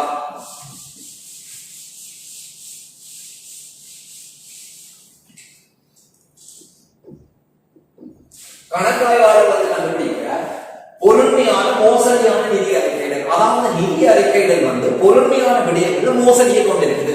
தவறுகள் மோசடிகளை கொண்டிருந்தால் அந்த நிதி கூட்டு பாதகமான அபிப்பிராயத்தை கொடுக்க வேணும் என்றது எங்களுக்கு தெரிஞ்ச விஷயம்.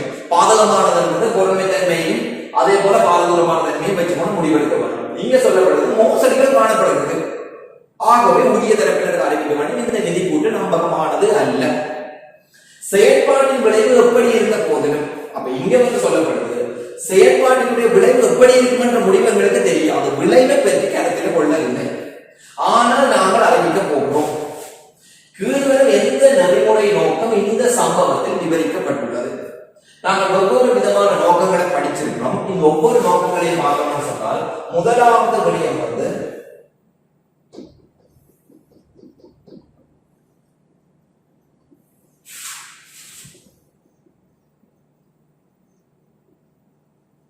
கடப்பாளியல் டியன்டாலஜிகள் என்று சொல்லப்படுது.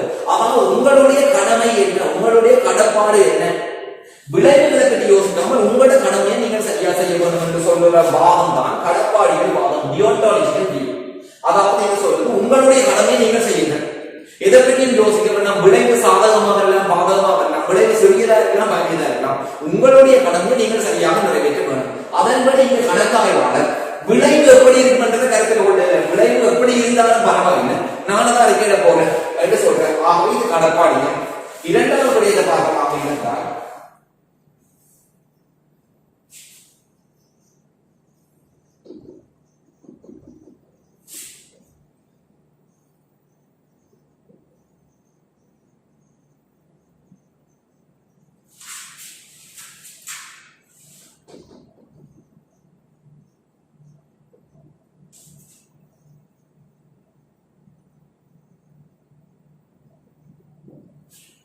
இயல்பாகவே ஒரு விடயம் நடந்தால் இயல்பாகவே அதனுடைய விளைவு என்னவாக இருக்கும். இயல்பாக அல்லது பின்விளைவு வாதம் ரெண்டுமே ஒன்றுதான் குறிக்கும். அதாவது இந்த இயல்பிலே பின்விளைவு பாரதூரமாக இருந்தால் நாங்கள் முறையீடு செய்யப்படும், பின்விளைவு சிறிதாக இருந்தால் புறக்கணிக்கிறோம். ஆகவே முதலாவது விளைவு கருத்தில் கொள்ளாமல் கொள்ளுற விஷயம், இரண்டாவது மூன்றாவது ஒரே விடயத்தை தான் சொல்றது, ரெண்டு மறுபடியும் விளைவு கருத்தில் கொள்ளுற விடயம். மூன்றாவது பார்த்தோம்னா நெறிமுறை தற்பெருமை, தாங்கள் நினைக்கிறது சரி, ஈகோயிசம், நான் நினைக்கிறது சரி, நான் தான் பெரியார், எல்லா விதத்திலும் நான் சரி என்று நினைக்கிற ஒரு விடயம்.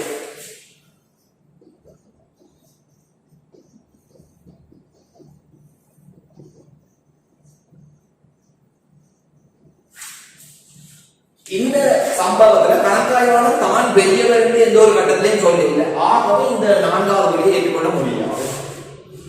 செயற்பாட்டின் விளைவு எவ்வாறு இருந்த போதிலும் நாங்கள் முறையீடு செய்ய போகிறோம். ஆகவே விளைவை பற்றி, தொடர் விளைவை பற்றி, இயல்பான விளைவை பற்றி, பின் விளைவை பற்றி நாங்கள் கருத்தில் கொள்ளாமல் எங்களுடைய கடமையை நாங்கள் செய்ய போகிறோம். ஆகவே இது கடற்பாடு இயல். இங்க விடை சொல்லப்பட்டிருக்கு டியோன்டாலஜி, தமிழ்ல சொல்லப்பட்டிருக்கு பாகுபாடற்ற விளைவு சாதகமா இருந்தாலும் பாதகமா இருந்தாலும் நாங்கள் முறையீடு செய்துதான் போறோம். ஆகவே பாகுபாடற்ற முதன்மை கடமை, எங்களுக்கு கடமை தான் முக்கியம், எங்களுடைய கடப்பாட்டை நிறைவேற்று தான் முக்கியம் என்ற அடிப்படையில் செயற்பாட்டின் விளைவு எவ்வாறு இருந்த போதிலும் நாங்கள் அதை எஸ்சிசிக்கு முறையீடு செய்ய போகிறோம். செயற்பாட்டினுடைய விளைவை பற்றி கருத்தில் கொள்ள வேண்டிய. ஆகவே இது விளைவை கருத்தில் கொள்ளாத ஒரு கண்ணோட்டம் முதலாவது விடை சரியானதாக இருக்கும். பாகுபாடற்ற முதன்மை கடமை கண்ணோட்டம் என்றுதான் இந்த வினாவுக்கு பொருத்தமான விடையாக காணப்படுகிறது. இப்போது நாம் அடுத்த வினாவுக்கு செல்லலாம். வினா இலக்கம் 12. ஏபிசிபிஎஸ்சியின் கணக்காய்வின் போது ஏபிசியின் நிதி பணிப்பாளர் கணக்காய்வு முகாமையாளரை அணுகி கம்பெனி நிதி முகாமையாளர் பதவியில் இணையுமாறு அழைப்பு விடுத்தார். ஆடிட்டர் கிளையண்ட் கம்பெனியில் மேனேஜரா போகிறேன். மேற்படி சந்தர்ப்பத்தில் தொழிற்சார் நிறுவன நடத்தை தொடர்பில் இந்த அச்சுறுத்தல் விவரிக்கப்பட்டது. இப்போ உதாரணத்துக்கு இந்த சந்தர்ப்பத்தில் என்ன எடுத்துக்கொள்வோம், நான் தான் ஆடிட் செய்து கொண்டிருக்கேன், என்னுடைய கிளையண்ட் கம்பெனி இருக்குது, அடுத்த வருஷத்துல இருந்து நீங்க ஃபைனான்ஸ் மேனேஜரா வரீங்களா. இப்போது நான் யோசிக்கலாம், நான் இந்த கம்பெனிக்கு சரியான விஷயத்துல கணக்காய்வு செய்து கொடுத்தால் எனக்கு அந்த பதவி கிடைக்கும், இந்த கம்பெனியோட முரண்பட்டால் எனக்கு அந்த பதவி கிடைக்காமல் போகலாம். ஆகவே கம்பெனிக்கு இணக்கமாக நான் செல்ல வேண்டும். ஏனென்றால் எனக்கு ஒரு நன்மை கிடைக்கும், என்னுடைய நன்மைக்காக நான் தொழிற்சார் நன்மையை விட்டுக் கொடுக்கிறேன். என்னுடைய நன்மைக்காக தொழிற்சார் நன்மையை விட்டுக் கொடுத்தால் அதுக்கு பெயர் சுயநாட்டம். என்னுடைய பர்சனல் இன்ட்ரெஸ்ட், தனிப்பட்ட இன்ட்ரெஸ்டுக்காக தொழில் சார்ந்த இன்ட்ரெஸ்ட், தொழில் சார்ந்த அக்கறை நான் விட்டுக் கொடுக்கிறேன். சுய மூலாய்வு என்ற நான் செய்த விடயத்தை நானே மூலாய்வு செய்து அதை சரி என்று சொல்லலாம். இங்க அப்படிப்பட்ட ஒரு சந்தர்ப்பம் காணப்படவில்லை. வாதாட்டம் என்று சொன்னால் இன்னொருவருக்காக நாங்கள் வாதாட போகலாம், பக்கம் சார்ந்து வாதாடலாம். நோக்கம் சார்ந்த, அதாவது பக்கம் சாராத நடுநிலைமையான. ஆகவே இந்த இடத்துல நோக்கம் சார்ந்த ஒப்ஜெக்டிவிட்டி என்று சொல்றது ஒரு நெறிமுறை கோட்பாடு அச்சுறுத்தல் அல்ல, இங்க கேட்கிறது அச்சுறுத்தல். ஆகவே முதல் 3 விடயங்களும் அச்சுறுத்தல். இங்க சொல்லப்பட்ட அச்சுறுத்தல் எது என்று பார்த்தால் தனிப்பட்ட நன்மைக்காக தொழிற்சார் நன்மையை விட்டுக் கொடுக்கக்கூடிய ஒரு அச்சுறுத்தல், அதுதான் சுயநாட்டம். ஆகவே பொருத்தமான விடை இரண்டாவது தெளிவாக இருக்கு. இப்போது நாங்கள் அடுத்த வினாவுக்கு செல்லலாம். வினா இலக்கம் 13. உறுதிப்பாட்டை விடுபடுத்தல் கிரெஸ்ட் என்னும் சுருக்கெழுத்துக்கு அமைய பிரதானமான மூலகம் இது. உறுதிப்பாட்டு பணிக்கவர்கள் என்றால் அங்க 5 மூலகங்கள் காணப்பட வேண்டும் என்றது நீங்க ஏற்கனவே படிச்ச விஷயம். என்னென்ன அந்த 5 மூலகங்கள் என்று சொன்னால் 3 தரப்பு உறவு முறை காணப்பட வேண்டும், ஒரு விடய பொருள் காணப்பட வேண்டும், அந்த விடய பொருளுக்குரிய அடிப்படை மூல பிரமாணங்கள் காணப்பட வேண்டும், சான்றுகள் காணப்பட வேண்டும், அறிக்கையிடப்பட வேண்டும். ஆகவே இந்த 5 விடயங்களை நாங்கள் சுருக்கெழுத்துல சொன்னமாக இருந்தால் CREST என குறிப்பிடலாம். C என்பது கிரைட்டீரியா, மூல பிரமாணம்.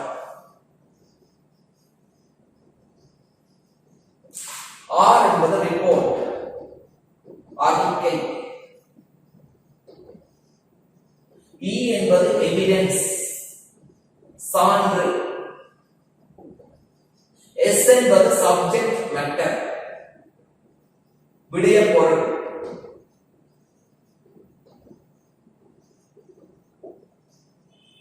T என்பது த்ரீ பார்ட்டி.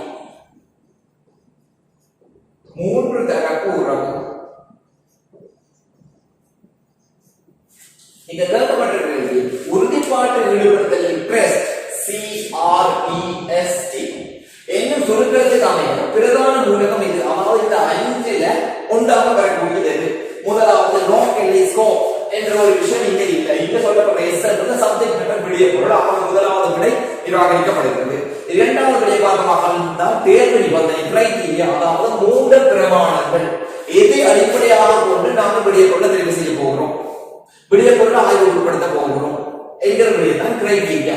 ஆகவே அது ஏற்றுக்கொள்ளக்கூடியபடியாக இருக்கிறது. மற்ற விடைகளை பார்க்கலாம்.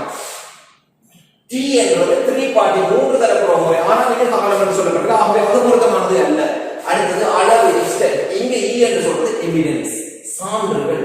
ஆகவே அதுவும் நிராகரிக்கப்பட்டது. ஆகவே நாங்கள் தெரிவு செய்யக்கூடிய விடை C இரண்டாவது விடையாக இருக்கிறது. உறுதிப்பாட்டு ஈடுபடுத்தல் crest, C criteria, R report, E evidence, S subject matter, T 3 party relationship. இந்த 5 விடயங்களையும் சுருக்கமாக CRES என குறிப்பிடுகிறோம். இதுல C என்பது கிரைட்டீரியா குறிப்பிடுது. மற்ற 3 விடயங்களை பார்த்தமாக இருந்தால் நோக்கெல்லை காலம் அளவு, ஸ்கோப், டைமிங், எக்ஸ்டென்ட். இதெல்லாம் எங்க வருதுன்னு பார்த்தோம்னு சொன்னா கணக்காய்வு திட்டமிடல நீங்க படிச்ச அந்த 3 விஷயம் தான் இந்த ஸ்கோப், டைமிங், எக்ஸ்டென்ட். ஆகவே இது உறுதிப்பாட்டு ஈடுபடுத்தலோட சம்பந்தப்படாத இந்த 3 விடயங்கள் இங்கே காணப்படுது. அதனால பொருத்தமான விடை ஏற்கனவே நான் சொன்னது போல ஒரு சரியான விடையை தெரிவு செய்யலாம் அல்லது 3 பிழையான விடையை நிராகரிக்கலாம். நீங்க 2 முறைகளை நாங்கள் பார்க்கிறோம். சரியான விடையை தெரிவு செய்து 3 பிழையான விடைகளை நிராகரிச்சிருக்கோம். பொருத்தமான விடை கிரைட்டீரியா. இப்போது நாங்கள் அடுத்த வினாவுக்கு போகலாம். வினா இலக்கம் 14. பின்வருவனவற்றுள் எது வெளிவாய் கணக்காய்வின் போது கணக்காய்வாளரால் வழங்கப்படும் உறுதிப்பாட்டு மட்டமாகும்? ஒரு கணக்காய்வாளர் வெளிவாய் கணக்காய்வில் என்ன விதமான உறுதிப்பாட்டை வழங்குகிறார் என்றுதான் கேள்வி. கணக்காய்வு என்றது ஒரு 100% துல்லியமான உறுதிப்பாட்டை வழங்குமா என்று கேட்டால் எங்களால் முடியாது. ஏன்னு சொன்னால் ஒரு கணக்காய்வை பொறுத்தவரைக்கும் அடிப்படையாக அமைந்த சில வரையறைகள் இன்ஹரண்ட் ரிஸ்க் காணப்படுது. உதாரணத்துக்கு கணக்காய்வு நாங்கள் ஒரு மாதிரி அடிப்படையில் தான் செய்யறோம், சாம்பிள் பேசிஸ். ஆகவே மாதிரி அடிப்படையில கணக்காய்வு செய்து முழுமையான அடிப்படையில நாங்கள் சரியான ஒரு தீர்ப்பை அபிப்பிராயத்தை வழங்க முடியாது. இதனால 100% துல்லியமா இருக்காது. கணக்காய்வு என்றது ஒரு வருடம் முழுவதும் தயாரிக்கப்பட்ட நிதிக்கூட்டுகளை ஒரு வரையறுக்கப்பட்ட காலப்பகுதியில் நாங்கள் பரிசோதித்து முடிச்சு அபிப்பிராயம் சொல்லணும். ஆகவே 100% சரியாக சொல்ல முடியாது. அதனால நாங்கள் பார்த்துக்கிறோம் ஒரு கணக்காய்வுல 100% அபிப்பிராயத்தை வழங்குவதுன்றது சாத்தியமில்லாத விடயம். 100% குறைவானதை வழங்குவது சாத்தியமானது. உறுதிப்பாடு நியமனத்தை நீங்க படிக்கிற போது படிச்சிருக்கீங்க. 2 விதமான உறுதிப்பாடுகள் காணப்படுது. நியாயமான உறுதிப்பாடு, ரீசனபிள் அஷூரன்ஸ், வரையறுக்கப்பட்ட உறுதிப்பாடு, லிமிட்டட் அஷூரன்ஸ். இந்த 2ல ஒன்று தான் நாம உறுதிப்பாடு சந்தர்ப்பங்களில் வழங்க முடியுமே தவிர 100% சரியான, துல்லியமான, அறுதியான, முழுமையானதாக அப்சல்யூட்டா வழங்க முடியாது. இங்க கேள்வி என்ன கேட்கப்பட்டிருக்குன்னு சொன்னால் வெளிவாரி கணக்காய்வு. வெளிவாரி கணக்காய்வு ஒரு உறுதிப்பாட்டு பணிக்கமர்த்தல் என்று நீங்க படிச்சிருக்கீங்க. இந்த உறுதிப்பாட்டு பணிக்கமர்த்தல் 2 விதமான உறுதிப்பாடு பணிக்கமர்த்தல் இருக்கு. நியாயமான உறுதிப்பாடு, வரையறுக்கப்பட்ட உறுதிப்பாடு. நியாயமான உறுதிப்பாட்டுக்கான ஒரு உதாரணம் தான் வெளிவாரி கணக்காய்வு என்பதை நீங்கள் படிச்சிருப்பீங்க. ஆகவே அந்த அடிப்படையில நாங்கள் நேரடியாக விடைக்கு வரலாம். சாத்தியமான மட்டத்திலான உறுதிப்பாடு, சாத்தியமான அப்படி ஒரு விடயத்தை நாங்கள் படிச்சது நியாயமான, வரையறுக்கப்பட்ட, ரீசனபிள், லிமிட்டட். அப்ப சாத்தியமான என்ற ஒரு விஷயம் அது நியாயமானதா வரையறுக்கப்பட்டதான்றது எங்களுக்கு தெளிவாக. ஆகவே அதை நாங்கள் இப்போதைக்கு கைவிடுவோம். இரண்டாவது உயர்மட்ட எனினும் அறுதியற்ற, அறுதி என்றால் முழுமையான, 100% அற்ற ஆனால் உயர்வான. அப்ப ஒரு இடத்துல நாம் ஏற்றுக்கொள்ளக்கூடியது 100% குறைவான ஆனால் உயர்ந்த மட்டத்திலான. இதை நாங்கள் நியாயமான என்று ஏற்றுக்கொள்ளலாம். ரீசனபிள்.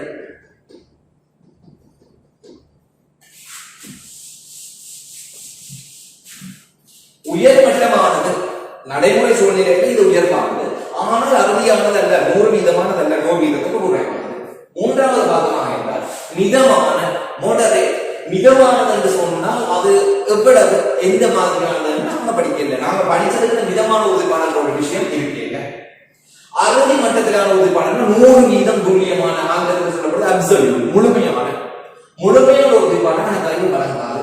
ஆகவே இரண்டாவது விடை பொருத்தமானதாக இருக்கும். அறுதியற்ற, 100% அல்ல ஆனால் உயர்வானது, நடைமுறையை ஏற்றுக்கொள்ளக்கூடிய, அது நியாயமான உறுதிப்பாடாக காணப்படும். ஆகவே இந்த நாங்கள் இரண்டாவது வழியை ஏற்றுக்கொள்ள முடியும். உயர் மட்டத்திலான எனினும் அறுதியற்ற, அதாவது இதை மறுபெயரை சொன்னோம்னு சொன்னால் நியாயமான உறுதிப்பாடு. ஏற்கனவே உறுதிப்பாட்டு பணிக்கமர்த்தல நீங்க படிச்சிருக்கீங்க, ரீசனபிள் அஷூரன்ஸ், அதாவது நியாயமான உறுதிப்பாடு வழங்குறது ஒரு உதாரணம் தான் வெளிப்பாடு கணக்காக. அந்த வகையில் இரண்டாவது வழியை நாங்கள் தெரிவு செய்திருக்கோம். இப்போது நாங்கள் அடுத்த வினாவுக்கு செல்லலாம். வினா இலக்கம் 15. நிதி கூற்றுகள் தயாரித்தலில் ஏற்றுக்கொள்ளக்கூடிய நிதி அறிக்கைகள் வேலை சட்டகம் முகாமையினால் பயன்படுத்தப்படும் மற்றும் கணக்காய்வு எதற்கு மேற்கொள்ளப்படுகிறது என்பது பற்றிய முகாமையின் மற்றும் பொருத்தமான இடத்தில் ஆளுகை பாரப்படுத்தப்பட்டோரின் இணக்கம். மேற்படி கூற்று எதனை விவரிக்கிறது? இங்க 4 விடயங்கள் தரப்பட்டிருக்கிறது. இந்த கூற்று எதனை விவரிக்கிறது என்பதை நாங்கள் பார்க்கலாம். நிதி கூற்றுகள் தயாரித்தலில் ஏற்றுக்கொள்ளக்கூடிய நிதி அறிக்கைகள் வேலை சட்டகம். அப்ப பொதுவான கணக்கீட்டு நியமம், ஏற்றுக்கொள்ளக்கூடிய கணக்கீட்டு நியமங்கள், சட்ட திட்டங்கள், விதிமுறைகளுக்கு இணக்கமாக நிதி கூற்று தயாரிக்கப்பட வேண்டும். கணக்குகள் எதற்கு மேற்கொள்ளப்படுகிறது என்பது பற்றிய முகாமையின் அல்லது பொருத்தமான விடத்தை ஆளுகைக்கு பொறுப்பானவர்கள் இவர்களுடைய இணக்கம் பெற்றுக் கொள்ளப்பட வேண்டும். ஆகவே இங்க வேலை சட்டகம் பயன்படுத்தப்படுகிறது. கணக்காய்வு தொடர்பான இணக்கம், ஒரு இணக்கத்தை நாங்கள் பெற்றுக் கொள்கிறோம்.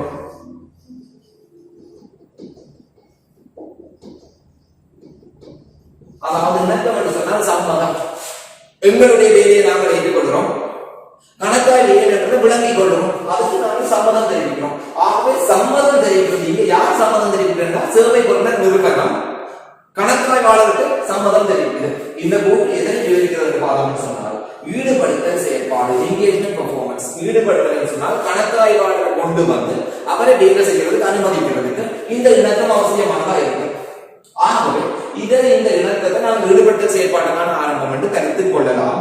இருந்தாலும் என்ன பார்க்கணும்? கணக்காய்வுக்கான முன் நிபந்தனை. கணக்காய்வு ஆரம்பிக்கிறதுக்கு முன்னம் முகாமைத்துவம் என்னென்ன நிபந்தனைகளை பூர்த்தி செய்யணுமோ அதுதான் கணக்காய்வுக்கான முன் நிபந்தனை.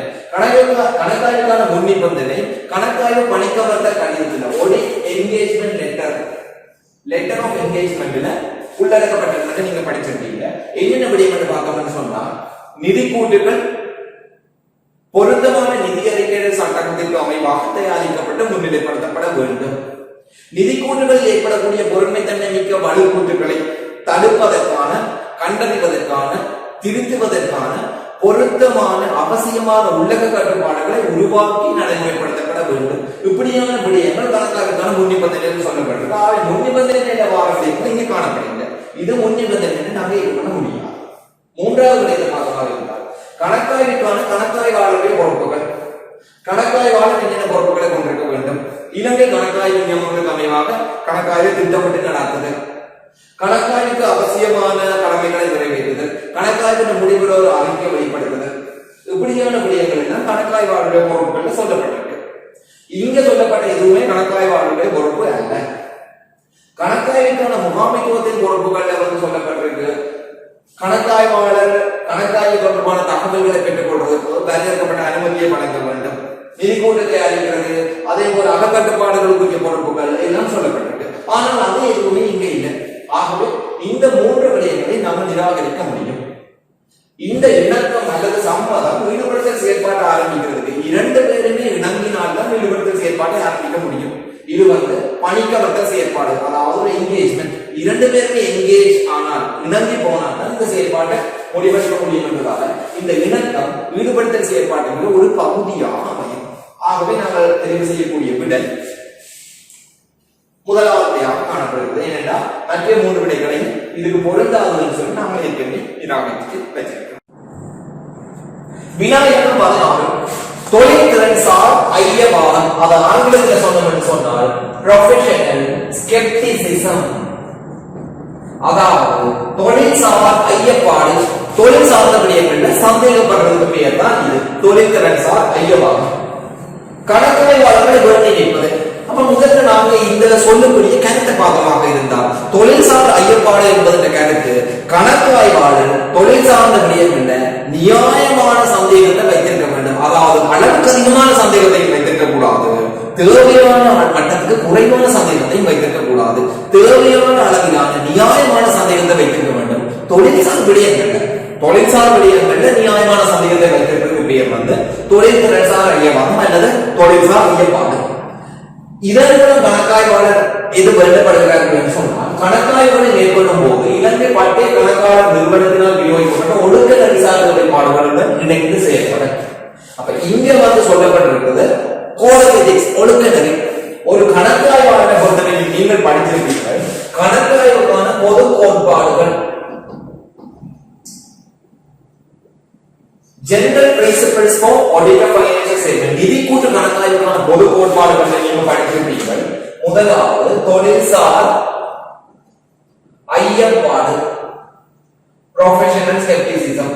இரண்டாவது தொழில்சார் சுய தீர்ப்பு. மூன்றாவது தொழில்சார் ஒழுக்க நெறி. நான்காவது SNAUS இலங்கை கணக்காய்வு நியமங்களுக்கு இணங்கி செயற்படுங்கள். அதே போல ஐந்தாவது விடயம் படித்திருப்பீர்கள், இடர் சான்றுகள்.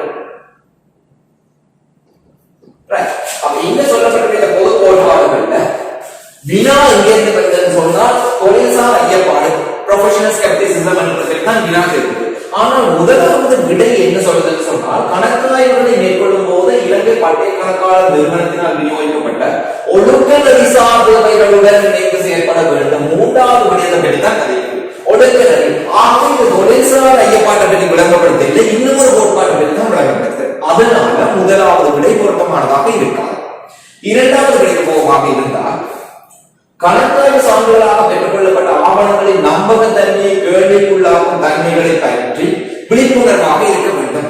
அதாவது நீங்க கணக்காய்வு சான்றுகளை பெற்றுக்கொள்றீங்க, அந்த சான்றுகளின் நம்பகத்தன்மையை இன்னும் ஒரு சான்று கேள்விக்குள்ளாக்கலாம். அதாவது ஒன்றுடன் ஒன்று முரண்படக்கூடிய ரெண்டு சான்றுகள் காணப்படும் போது நீங்கள் விழிப்பாக இருக்க வேண்டும். ஒன்று சரியாக இருக்கும், ஒன்று பிழையாக இருக்கும். இரண்டுமே சரியாக இருக்க முடியாது. ரெண்டு நீங்கள் சந்தேகத்தை பிரயோகிக்க வேண்டும். எது முரண்பாட்டுக்குள்ளாகவோ அந்த இடத்துல நீங்கள் பொருத்தமான சந்தேகத்தை பிரயோகிக்க வேண்டும். ஆகவே இந்த சந்தேகத்தை பற்றி சொல்றதால ஐயப்பாடு தொடர்பானது, ஆகவே ஏற்றுக்கொள்ளக்கூடிய விடை. இருந்தாலும் மூன்றாவது ஒரு தெளிவை நாங்கள் பார்க்கமாக இருந்தால், சகல விடயங்களும் சந்தேகத்தைக்குரியன.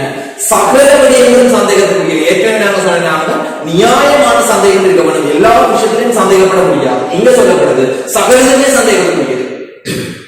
நியாயமான சந்தேகம் என்று சொல்றது, ஒரு விடயத்தை ஒரு அளவுக்கு தான் நம்பலாம், ஒரு அளவுக்கு தான் சந்தேகப்படலாம். முற்றுமுழுதாக நம்பவும் கூடாது, முற்றுமுழுதாக சந்தேகப்படவும் கூடாது. ஆனால் என்ன சொல்லப்பட்டது, சகல விடயங்களும் சந்தேகத்துக்குரியது என்ற நிலைப்பாட்டில் ஆரம்பித்து சகல விடயங்களும் சரியானது என்பது வரை நெருக்கமாக விசாரணை செய்தது. இது நடைமுறையில சாத்தியம் இல்லை. அவ்வளவு ஆழமாக நெருக்கமாக எங்களால் விசாரிக்க முடியாது. சகல விடயங்களும் சந்தேகத்துக்குரியது என்று நாங்கள் தீர்மானிக்கிறோம் சொன்னால் சகலதையும் பரிசோதிக்க வேண்டும். சகலதையும் பரிசீலனை செய்கிறது எங்களுக்கு வளங்களும் நேரமும் போதுமானதாக இருக்காது. ஆகவே மூன்றாவது விடை நடைமுறைக்கு சாத்தியமில்லாத ஒன்று. நான்காவது விடையை பார்க்கமாக இருந்தால், திரட்டப்பட்ட கணக்காய்வு சான்றுகளை அடிப்படையாக கொண்டு கணக்காய்வு அபிப்பிராயத்தின் போது கணக்காய்வு தீர்மானங்களை மேற்கொள்ள. தீர்மானங்களை மேற்கொள்ளல் இருக்கிறது சுய தீர்ப்பு தொடர்பானது. ஆனால் இங்க வினா தொழில்சார் ஐயப்பாடு தொடர்பானது. அப்ப முதலாவது விடயத்தை வினா கேட்கிற போது இரண்டாவது விடயத்தை நாங்கள் சொல்ல முடியாது. ஆகவே இந்த விடயத்தையும் நாங்கள் நிராகரிக்கிறோம். அந்த வகையில முதலாவது விடை ஒழுக்க விடயத்தை பார்க்கிறாங்க, இரண்டாவது விடை ஐயப்பாடு, மூன்றாவது விடை நடைமுறையில பொருத்தம் இல்லாத, நான்காவது விடை சுயதீர்ப்பு. அதனால் இந்த தொழில்சார் ஐயவாதம் தொடர்பாக கேட்கப்பட்ட வினாவுடைய பொருத்தமான விடையை நாங்கள் ஏற்றுக்கொள்கிறோம். இரண்டாவது விடை பொருத்தமானதாக இருக்கும். தொழில்சார் ஐயவாதம் என்றது கணக்காய்வு செயல்முறைகள் பெற்றுக்கொண்ட ஆவணங்களை நம்பகத்தன்மை கேள்விக்குள்ளாகும் தகவல்களை பற்றி விழிப்புணர்வாக இருக்க வேண்டும். ஒன்றுடன் ஒன்று தகவல்கள் முரண்படுமாக இருந்தால் அந்த முரண்பட்ட தகவல்களை நாங்கள் பரிசோதனை செய்து உறுதி செய்வது அவசியமானதாக இருக்கும் என்றுதான் நீங்க ஏற்றுக்கொள்ளக்கூடியபடியாக காணப்படுகிறது. இப்போது நாங்கள் அடுத்த வினாவுக்கு செல்லலாம். வினா இலக்கம் 11. தொடர்புபட்ட அகக்கட்டுப்பாடுகளை கவனத்தில் கொள்ள முன் தனியாகவோ அல்லது வேறு புறக்கூற்றுகளுடன் சேர்ந்தோ பொறுமையான புறக்கூற்றுக்கு வழிவகுக்கக்கூடிய ஊடு செயலின் வகுப்பு, கணக்கு நீதி அல்லது வெளிக்காட்ட பற்றிய உறுதிப்பாடு எவ்வாறு அளிக்கப்படும்?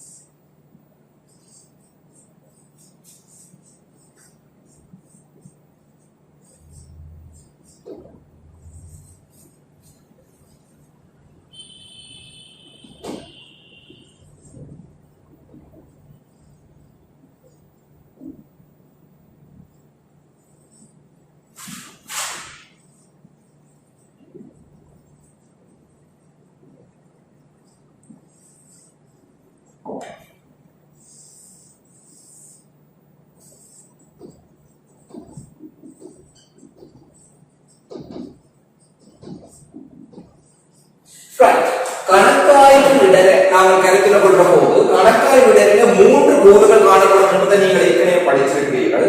IR inherent risk, CR control risk, DR detection risk. அதாவது IR என்பது உள்ளமைந்த இடர், CR கட்டுப்பாட்டு இடர் கண்ட்ரோல் ரிஸ்க், DR கண்டறியாம இடர். உள்ளமைந்த இடர் என்பது என்னன்னு சொன்னால் அகக்கட்டுப்பாடுகள் சரியாக வடிவமைக்கப்படாத போது பொருட்களுக்குரிய வலுக்கூட்டுகள் ஏற்படலாம் என்று ஒரு நிலைமை. கட்டுப்பாட்டு கண்ட்ரோல் ரிஸ்க் என்று சொல்றது அகக்கட்டுப்பாடுகள் வடிவமைக்கப்பட்டும் நடைமுறைப்படுத்தப்படாமல். இங்க நாங்கள் பார்த்தது வடிவமைக்கப்படவில்லை, அகக்கட்டுப்பாடுகள் காணப்படவில்லை. இங்க வடிவமைக்கப்பட்டு நாங்கள் நடைமுறைப்படுத்தப்படவில்லை. அந்த நேரத்தில் வலுக்கூட்டு ஏற்படுது. அப்ப இந்த 2 காரணங்களால பொறுமைத்தன்மைக்குரிய வலுக்கூட்டுகள் நிதிக்கூட்டுகள் ஏற்படலாம். இந்த பொறுமை மிக்க வலுக்கூட்டுகளை கணக்காய்வாளர் கண்டுபிடிக்காமல் விட்டால் கணக்காய்வாளருடைய கணக்காய்வு சோதனைகள் பொறுமைத்தன்மை வாய்ந்த வலுக்கூட்டுகளை கண்டறிய தவறினால் ஏற்படுவதுதான் கண்டறியாம இடர். ஆகவே இந்த 3 இடர்களும் சேர்ந்ததுதான் கணக்காய்வு இடர். இந்த 3 இடர்களுடைய தொலைப்பாடு அல்லது தொகுப்பு தான் ஆடிட்டர்ஸ் கணக்காய்வு இடர். இங்க கேள்வி கேட்கப்பட்டிருக்கு, தொடர்புள்ள அகக்கட்டுப்பாடுகளை கவனத்தில் கொள்ள முன்னர்.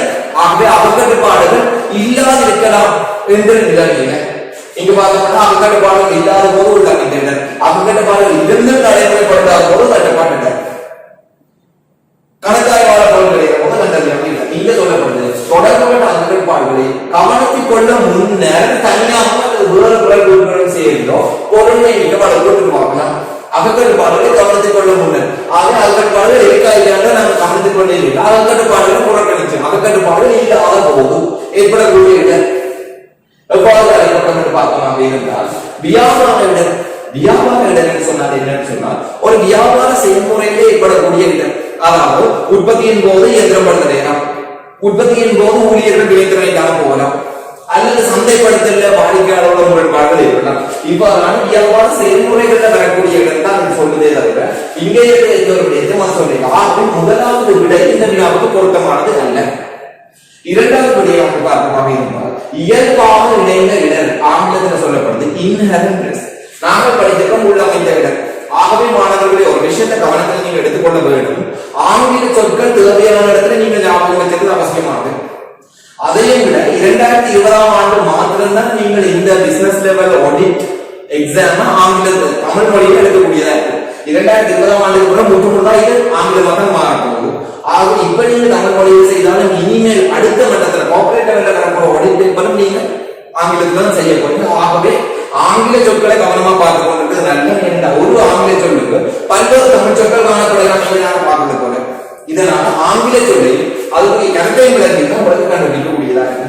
இங்க நாங்க சொல்றோம் உள்ளமைந்த, அதாவது அந்த செயற்பாட்டுக்கு உள்ளே அமைந்த. அங்க சொல்லி இயல்பாக இந்த ரெண்டுமே கருத்து ஒன்றுதான். ஆங்கிலத்துல ஒரே சொல்லா கலக்கப்பட்டது இன்ஹெரண்ட்.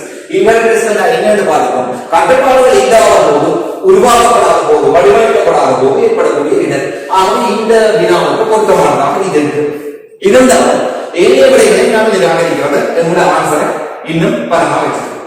கண்டுபிடித்தல் அல்லது கண்டுபிடிக்காமல் டிடெக்ஷன் ரிஸ்க் என்று சொல்றது கணக்காய்வாளர் கண்டுபிடித்தல் ஏற்படுற இடர் அல்லது கண்டுபிடிக்காமல் உருவதால ஏற்படக்கூடிய இடர் தான் டிடெக்ஷன் ரிஸ்க். அது இன்னும் சொல்லப்பட்ட விடையும் அல்ல. கட்டுப்பாட்டு இடர் என்பது என்னன்னு சொன்னால் அகக்கட்டுப்பாடு உருவாக்கப்பட்டு ஆனால் நடைமுறைப்படுத்தப்படவில்லை. ஆனால் இங்கே சொல்லப்பட்டிருக்கு அகக்கட்டுப்பாடுகளை கவனத்தில் கொள்ள முன்னர், அகக்கட்டுப்பாடுகள் வடிவமைக்கப்பட முன்னர். ஆகவே இது பொருத்தமான விடை இரண்டாக தெளிவாக இருக்கும். உள்ளமைந்த இடர் இன்ஹெரண்ட் ரிஸ்க். தொடர்புடைய அகக்கட்டுப்பாடுகளை கவனத்தில் கொள்ள முன்னர் தனியாகவோ அல்லது வேறு குரல்கூட்டுகளுடன் சேர்ந்தோ பொறுமையான குரல்கூட்டிற்கு வழிவகுக்கக்கூடிய ஊடு செயலின் வகுப்பு, கணக்கு மீறி அல்லது வெளிக்காட்ட பற்றிய உறுதிப்பாடு இயல்பாக இணைந்த இடர் அல்லது உள்ளமைந்த இடர் இன்ஹெரண்ட் ரிஸ்க் என அழைக்கப்படும். இப்ப நாங்க அடுத்த வினாவுக்கு போவோமாக இருந்தால் வினா இலக்கம் 18. வினா இலக்கம் 18 என்ன சொல்லுதுன்னு சொன்னால் கணக்காய்வாளர் வழக்கமாக ஒரு குறித்த நிதியாண்டு இடைக்கால கணக்காய்வு மற்றும் இறுதி கணக்காய்வினை மேற்கொள்ள. அதாவது கணக்காய்வை நாங்கள் 2 பகுதியாக பிரிக்க முடியும். இடைக்கால கணக்காய்வு, இறுதி கணக்காய்வு.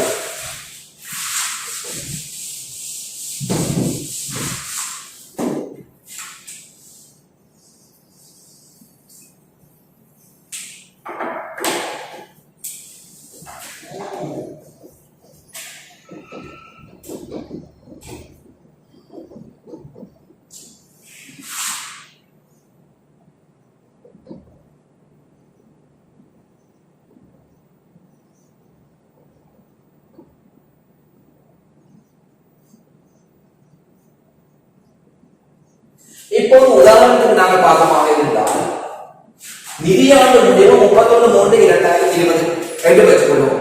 ஆகவே 31/3/2020க்கு அன்று நிதியாண்டு முடிவடைந்த பிறகுதான் நாங்கள் நிதியாண்டுடைய கணக்காய்வு செய்யக்கூடியதாக. என்னன்னு சொன்னால் அந்த திகதிக்கு பிறகுதான் நிதி கூட்டு தயாரிக்கப்படும். அந்த திகதியில முடிவடைந்த ஆண்டுக்கான அந்த தேதியில உள்ளவாறான விடயங்களுக்காக தான் நிதி கூட்டு தயாரிக்கப்படும். ஆகவே அதுக்கு பிறகுதான் நாங்கள் கணக்காய்வு செய்யக்கூடியதாக இருக்கும்.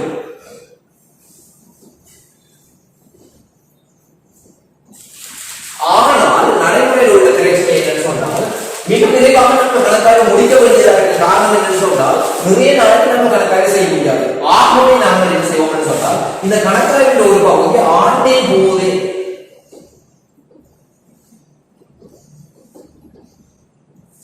கணக்காய்வினுடைய ஒரு பகுதியை ஆண்டு கால பகுதியிலும் இன்னொரு பகுதியை ஆண்டு முடிவின் பின்னம்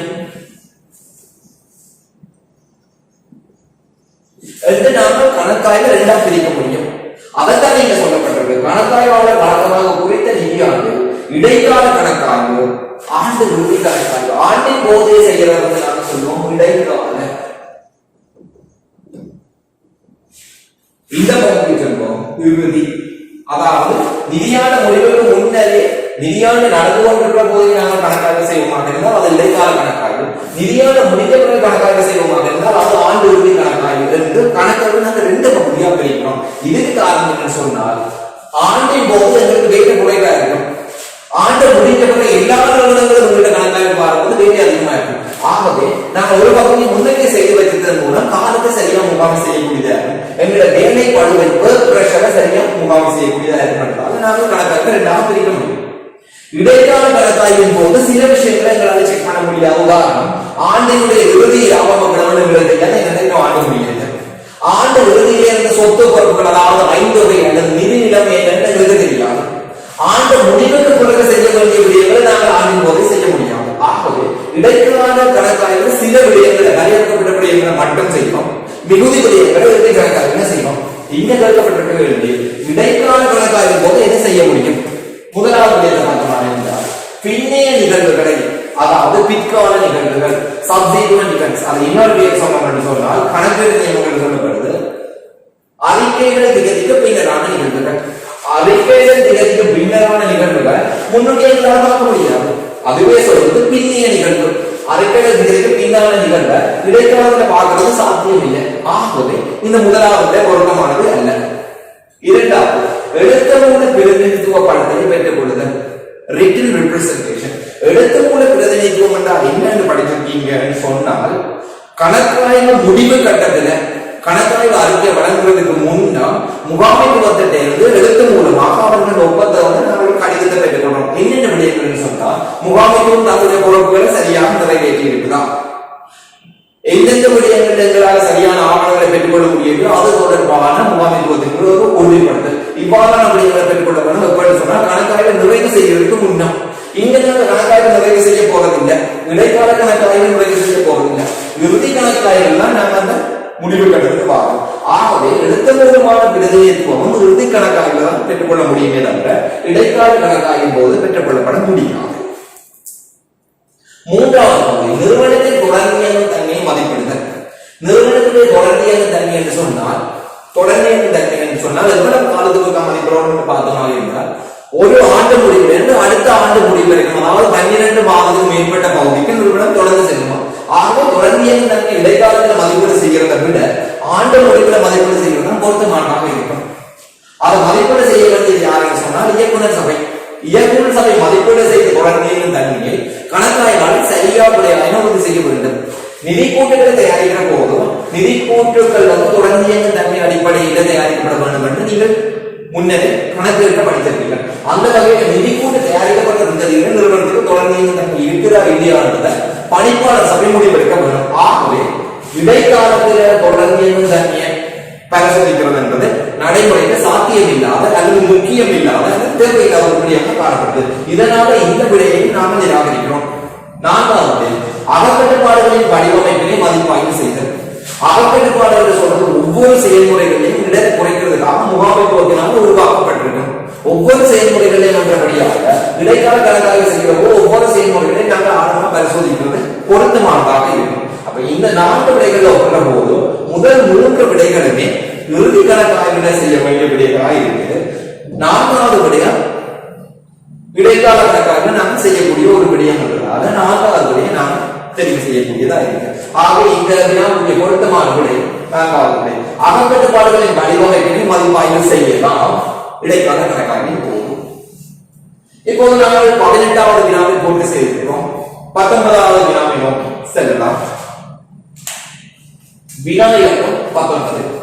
பொருண்மை கோட்பாட்டினை சரியாக விவரிக்கும் கூற்று எது? பொருண்மை நீங்க கணக்குகளையும் படிச்சிருப்பீங்க மெட்டீரியலுக்கு, அதே போல கணக்காய்விலையும் படிச்சிருப்பீங்க மெட்டீரியலுக்கு. மெட்டீரியலுக்கு பொருண்மையானது முக்கியமானது. எது முக்கியமானதோ அது பொருண்மை. யாருக்கு முக்கியமானது நாங்கள் பார்க்கணும்னு சொன்னார், நிதி கூட்ட பயன்படுத்துறவர்களுக்கு முக்கியமானது.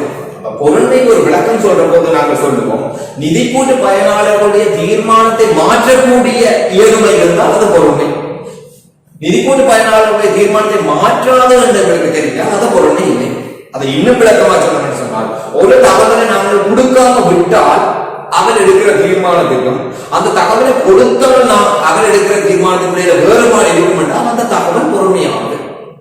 ஒரு தகவலை கொடுக்காம விடுற போது அவன் எடுக்கிற தீர்மானம், அந்த தகவலை வழங்குற போது அவன் எடுக்கிற தீர்மானம் வேறுபடும் என்று சொன்னால் அந்த தகவல் தீர்மானத்தை மாற்றும் தகவல். ஆகவே அது பொறுமையானது. இங்க பொருண்மை கோட்பாடு தொடர்பான சரியான விளக்கம் எது என்றதை கேட்கப்பட்டதை பார்ப்போம்.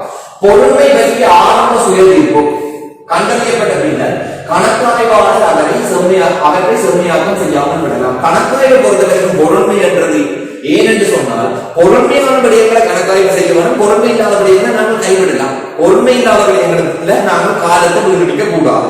ஆகவே இது பொருண்மையானதோ அதைத்தான் நாங்கள் கணக்காய்வு செய்ய வேண்டும். பொருண்மை மிக்க வழக்கூட்டுகளை தான் நாங்கள் கண்டுபிடிக்க வேண்டும். பொருண்மை இல்லாத விடயத்துக்கு எங்களுக்கு தேவையில்லை. ஆக இங்கு சொல்லப்படுது பொருண்மை. ஒரு விடயம் பொருண்மையாக இருக்கிறத கணக்காய்வாளர் சுய மதிப்பீடு செய்ய வேண்டும். அந்த சுய மதிப்பீட்டு அவசியம் இருந்தால் மீளாய்வு செய்ய வேண்டும். ஆனால் இங்க சொல்லப்பட்டது ஆரம்ப சுய தீர்ப்பு கண்டறியப்பட்ட பின்னர் அவற்றை செம்மையாக்கம் செய்யாமல் விடலாம். அது தவறானது. ஏனென்று சொன்னால் பொருண்மைய அவசியம் என்று சொன்னால் திரும்ப திரும்ப திரும்ப மீளாய்வு செய்ய வேண்டும் என்று சொல்லி இலங்கை கணக்காய்வு நியமம் SLLU சொல்லுது. அதனால முதலாவது விடை பொருத்தமானது அல்ல. இரண்டாவது விடை பார்க்கமாக இருந்தால், கணக்காய்வாளர் ஒப்பீட்டளவில் குறைந்த மட்ட பொருண்மையை இனம் கண்டார் அவர் உயர்ந்த மட்ட பொருண்மைக்கு நிர்ணயிக்கப்பட்டதற்கு பார்க்க குறைந்த அளவு சான்றுகளையே திறந்து பார்க்க.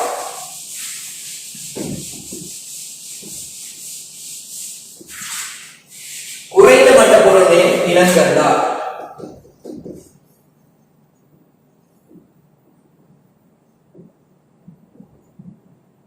உதாரணத்துக்கு கணக்காய்வாளர் 50 மில்லியன் தான் பொருண்மை என்று சொல்லுறேன் என்று வச்சுக்கொள்வோம். இந்த நேரத்தில் அவர் உயர்த்தப்பட்ட பொருண்மைக்கு நிர்ணயிக்கப்பட்டதில் பார்த்து குறைந்த அளவு சான்றுகளை திரட்டுவார். ஒருவேளை பொருண்மை 100 மில்லியனா இருந்தால்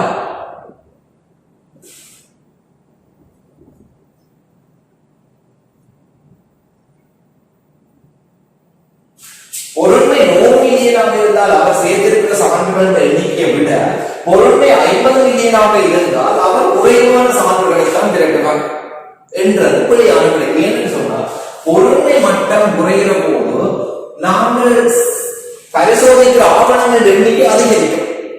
பொருண்மை குறைகிற போது ஆவணங்களின் எண்ணிக்கை அதிகரிக்கும்.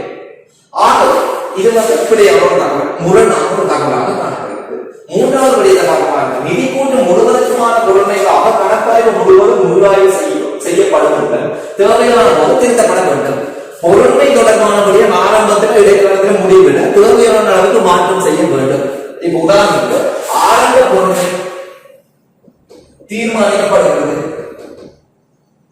ஆரம்ப பொருண்மை 50 மில்லியன் என்று தீர்மானிக்கப்படுகிறது.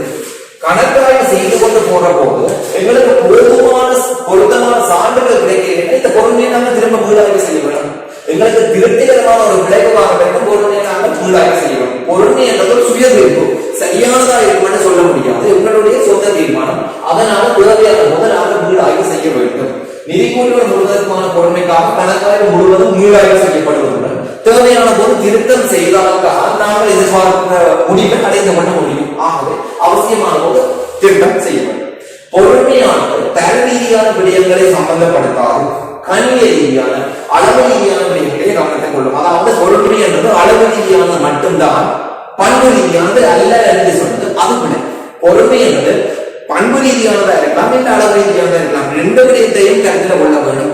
ஏன்னு சொன்னால் சில வகையான பொருட்மை விடயங்களை நாங்கள் தொகையில அளவிட முடியும், சில வகையான விடயங்கள் தொகையில சிறியதாக இருக்கும், ஆனால் அதனுடைய பண்பு சார்ந்த தாக்கம் நிதி கூட்டினுடைய பயனாளர்களும் அதிகமாக இருக்கும். ஆகவே நாங்கள் அளவு ரீதியான விடயங்களையும் பண்பு ரீதியான விடயங்களையும் கவனத்தில் எடுக்கிறது அவசியமானதாக இருக்கும். அதனால நான்காவது விடையை நாங்கள் ஏற்றுக்கொள்ள முடியாது. திரும்ப பார்த்தமாக இருந்தால் முதலாவது விடை செம்மையாக்கம் செய்யாமல் விடலாம், அது விடை அவசியமான போது திருத்த வேண்டும். முதலாவது விடை நிராகரிக்கப்படுகிறது. இரண்டாவது விடை முரண்பாடான தகவல் என்று நாங்கள் சொல்றோம். பொருண்மை மட்டம் குறைந்தது என்று சொன்னால் சான்றிதழ் எண்ணிக்கை அதிகரிக்க வேண்டும். ஆகவே இரண்டாவது விடையும் நிராகரிக்கப்படுகிறது. நாலாவது விடையும் நிராகரிக்கப்பட்டிருக்கிறது. ஆகவே பொருத்தமான விடையாக இருக்க போகிறது மூன்றாவது தெரிவு. நிதி கூட்டுகள் முழுவதற்கான பொறுமைக்காக கணக்காய்வு முழுவதும் மீளாய்வு செய்யப்படுவதன் தேவையான போது திருத்தப்பட வேண்டும். பொறுமை ஒரு தலைவராக தீர்மானித்தால் தேவையான மேலே திருத்தங்களை செய்தால், தேவையான போது திருத்தங்களை செய்தால் தான் நாங்கள் எதிர்பார்க்கிறதாக போதுமான பொருத்தமான சான்றுகளை பெற்றுக்கொள்ள அது வழிவகுக்கும். ஆகவே மூன்றாவது விடை பொருத்தமானதாக இருக்கிறது. இப்போது நாங்கள் 20வது வினாவுக்கு செல்லலாம். வினா இலக்கம் 20. SLAUS 315 திருத்தப்பட்ட நியமம். அதாவது ஆரம்பத்தில் காணப்பட்ட SLAUS 315 சில திருத்தங்கள் கொண்டு வரப்பட்டது. அதன்படி இங்க நாங்கள் பார்ப்பது SLAUS 315 இலங்கை கணக்காய்வு நியமம் 315 திருத்தப்பட்ட நியமம். உரிமம் மற்றும் அதன் சூழலை விளங்கிக் கொள்வதன் மூலம் பொருண்மையான பிறர்கூற்று இடர்களை இனங்காணலும் மதிப்பிடலும் நியமத்திற்கு அமைய எது நிதி கூட்டின் உறுதிப்பாடு ஆகும். இங்க நாங்கள் பார்க்கமாக இருந்தால் SLAUS 315 என்ன சொல்றது என்று சொன்னால், நீங்கள் கணக்காய்வு செய்யறதுக்கு முன்னும் அந்த கணக்காய்வு செய்ய போகிற நிறுவனம் கிளையண்ட், அந்த நிறுவனம் அதனுடைய பின்னணி சூழல் தொடர்பாக விளங்கிக் கொண்டிருந்தீங்க என்று சொன்னால் அந்த நிறுவனத்தில் காணப்படுற பொருளை தன்மை மிக்க வலுக்கூட்டுகளை நீங்கள் அடையாளம் கண்டுகொள்வது இலகுவானதாக இருக்கும். ஆகவே இந்த 3 விடயங்களை நீங்கள் படித்திருக்கிறீர்கள். என்னென்ன விடயங்களை பார்க்க என்று சொன்னால்,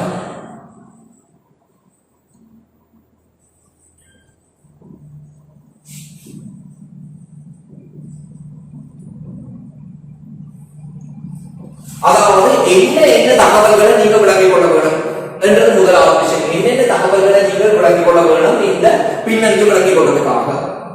ஏன் விளங்கிக் கொள்ள வேண்டும், அந்த தகவல்களை எவ்வாறு பெற்றுக்கொள்ள முடியும் என்கிற விடயங்களை நீங்கள் கவனத்தில் கொண்டிருக்க வேண்டும். ஆனால் இந்த கேட்கப்பட்ட கேள்வி இந்த SLAUS 315 நியமத்தின் படி எது நிதி கூட்டக்கூடிய உறுதிப்பாடு அல்லது உறுதி சொல் அசர்ஷன். நிதி கூட்டுகளுக்கு உறுதி சொல்ல நாங்கள் 3 வித்தியாசமான வகைகளை பார்த்திருக்கிறோம். கொடுக்கல் வாங்கல்கள் அல்லது ஊடு செயல்களுக்கான நிதி கூட்டு உறுதி சொற்கள், financial statement assertion for class of transaction, கொடுக்கல் வாங்கல் வகுப்புகள் அல்லது ஊடு செயல் வகுப்புகளுக்கானது. இரண்டாவது வகை financial statement assertion for account purposes, கணக்கு நீதிகளுக்கான நிதி கூட்டு உறுதி சொற்கள். மூன்றாவது முன்னிலைப்படுத்தல் வெளிப்படுத்தலுக்கான உறுதி சொற்கள், financial statement assertion for presentation and disclosure என்ற 3 விடயங்களை பார்க்கிறோம். அந்த 3க்கும் ஒவ்வொரு விதமான அசர்ஷன்ஸ் உறுதி சொற்கள் காணப்படுது. இங்க இந்த 4 எது உறுதி சொல் என்றதான் நாங்க பார்க்க போறோம். கிளாசிபிகேஷன் வகைப்படுத்தல் என்றது ஒரு உறுதி சொல் என்று நாங்க படிக்கிறோம். இது கணக்கு நீதிகளுக்கும் பெறலாம், அதே போல கொடுக்கல் வாங்கல் வகுப்புகளுக்கும் பெறலாம். வகைப்படுத்தல் என்பது என்னன்னு சொன்னால், ஒவ்வொரு நிதி கூட்டு உருப்படிகளையும் நாங்கள் வகைப்படுத்துற போது சரியான தலைப்புகளுக்கு கீழே காட்ட வேணும். புலியான தலைப்பை காட்டியிருந்தோம் சொன்னால் அது நிதி கூட்டோடு புலியான கருத்தை கொண்டு வரும். இப்ப உதாரணத்துக்கு நாங்கள் விற்பனைக்கு வைத்திருக்கிற இருப்புகளை கொண்டு போய் நிலையான சோதனை காட்டணும் சொன்னால் அது புலியான கருத்தை தரும். ஆகவே சரியான தலைப்பின் கீழே காட்ட வேணும் என்றுதான் வகைப்படுத்தல். அடுத்து பார்த்தோம்னு சொன்னால் தொடர்புடைமை, ரிலவன்ஸ், தொடர்புபட்ட தன்மை. தொடர்புடைமை என்றது என்ன என்று உங்களுக்கு ஞாபகம் இருக்கும் என்று நான் நினைக்கிறேன். சான்றுகள், எவிடன்ஸ். சான்றுகளுக்கு வந்து 2 இயல்பு இருக்க வேண்டும் நாங்கள் படித்திருக்கிறோம். சஃபிஷியன்ட் போதுமான தன்மை, அப்ரோப்ரியேட் பொருத்தமான தன்மை,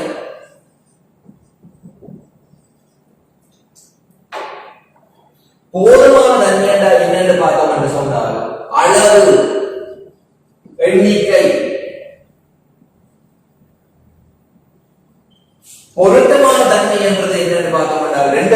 என்று நாங்கள் படிக்கிறோம். அதாவது தொடர்புபட்ட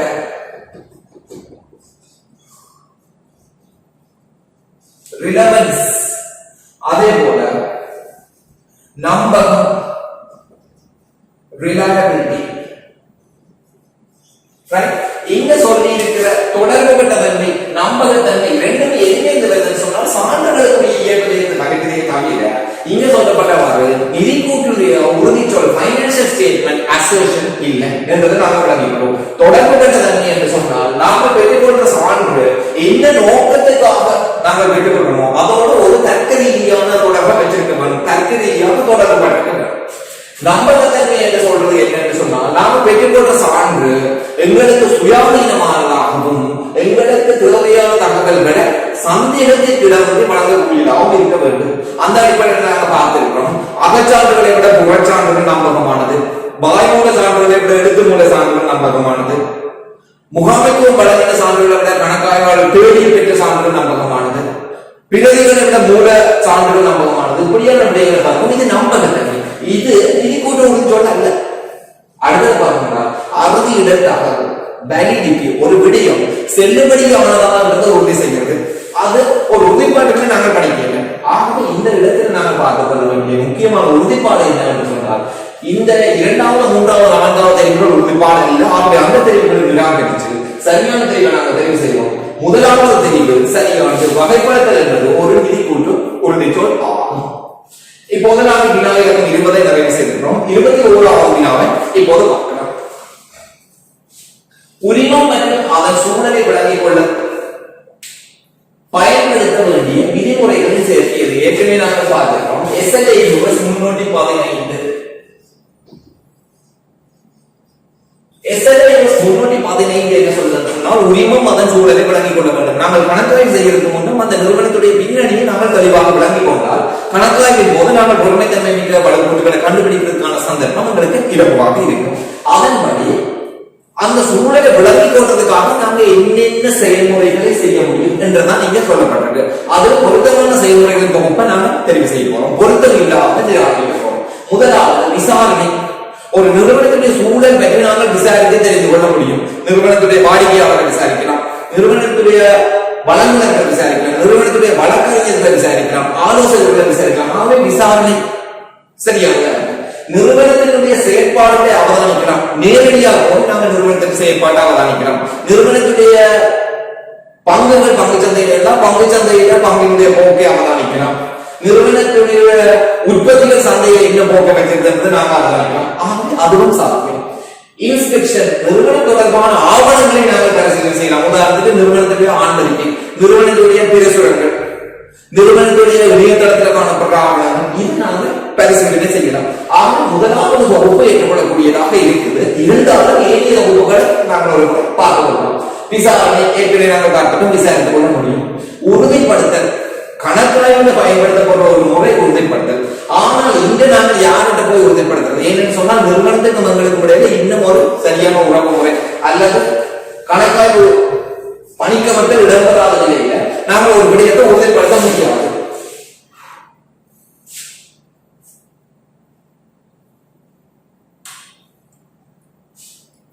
அவ்வாறு உறுதிப்படுத்த முடியாது என்ற போது அந்த உறுதிப்படுத்தலை நாங்கள் இங்க செய்யறது பொருத்தமானதாக இருக்காங்க.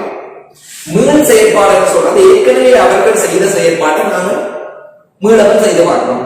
மீள் செயற்பாடுன்றது கணக்காய்வு செய்யப்படக்கூடிய விடயம். உதாரணத்துக்கு நிறுவனம் வங்கி கணக்கு கூட்டு செய்திருந்தால் நாங்கள் வங்கி கணக்கு கூட்டு செய்து பார்க்கலாம். ஆனால் இந்த நிறுவனத்துடைய சூழலை விளங்கிக் கொள்வதை நாங்கள் மீள் செயற்பாடு செய்யணும் சாத்தியம் இல்லாத விஷயம். ஆகவே இரண்டாவது நாங்கள் நிராகரிக்கிறோம். மூன்றாவது பயிற்சிக்கு ஏற்கனவே நாங்கள் சொல்லிப்போம் ஆவணங்களை பரிசீலனை செய்யலாம். பகுப்பாய்வு விதிமுறைகள் நாங்கள் கணித்தல்களை செய்யலாம். நிறுவனத்துக்கு சூழல் தொடர்பாக நாங்கள் என்ன கணித்தலை செய்யலாம்? அது சாத்தியம் இல்லாத முடியும். ஆகவே பகுப்பாய்வு விதிமுறைகள் செய்வது பொருத்தமானதாக இருக்காது. மீள் செயற்பாடு ஏற்கனவே நாங்கள் நிராகரிச்சிருக்கிறோம். அதனால இந்த மூன்றாவது பகுதியை நாங்கள் நிராகரிக்க வேண்டியதாக இருக்கு. நான்காவது பயிற்சிக்கு ஆவணங்களை நாங்கள் பரிசீலனை செய்யலாம் பார்த்திருக்கோம். உறுதிப்படுத்த முடியுமா? ஒரு கணக்கு மீது உறுதிப்படுத்த முடியும், வாடிக்கையாளர் கடன் மீது உறுதிப்படுத்த முடியும். ஆனால் சூழல் தொடர்பாக இந்த விடயத்தை நாங்கள் யாருமே உறுதிப்படுத்துறது தெளிவில்லாத ஒரு விடயம். ஆகவே உறுதிப்படுத்த சாத்தியம் இல்லாதது. மீள் கணிப்பீடு ஏற்கனவே கணித்த ஒரு விடயத்தை நாங்கள் திரும்ப கணிக்க வேண்டும். ஆனால் சூழல் சூழல் தொடர்பாக மீள்கணித்தலை செய்கிறது என்பது சாத்தியமில்லாத விடயம். அதன்படி நாங்கள் இரண்டாவது, மூன்றாவது, நான்காவது தெரிவுகளை நிராகரித்திருக்கிறோம். பொருத்தம் இல்லை. முதலாவது ஏற்றுக்கொள்ளக்கூடியது என்ற வகையில இந்த வினாவுக்குரிய பொருத்தமான விடையாக முதலாவது தெரிவை நாங்கள் ஏற்றுக்கொள்ளக்கூடியதாக இருக்கும். இப்போது நாங்கள் வினா இலக்கம் 22 செல்லலாம். SLUS 330 மதிப்பிடப்பட்ட இடங்களுக்கு பதிலளிப்பாக அமையும் கணக்காய்வு விதிமுறைகள் நியமத்திற்கு அமைய கீழ்வருவனவற்றுள்ள இந்த கூற்று தன்மை, காலம் மற்றும் அளவில் சரியாக விவரிக்கிறது.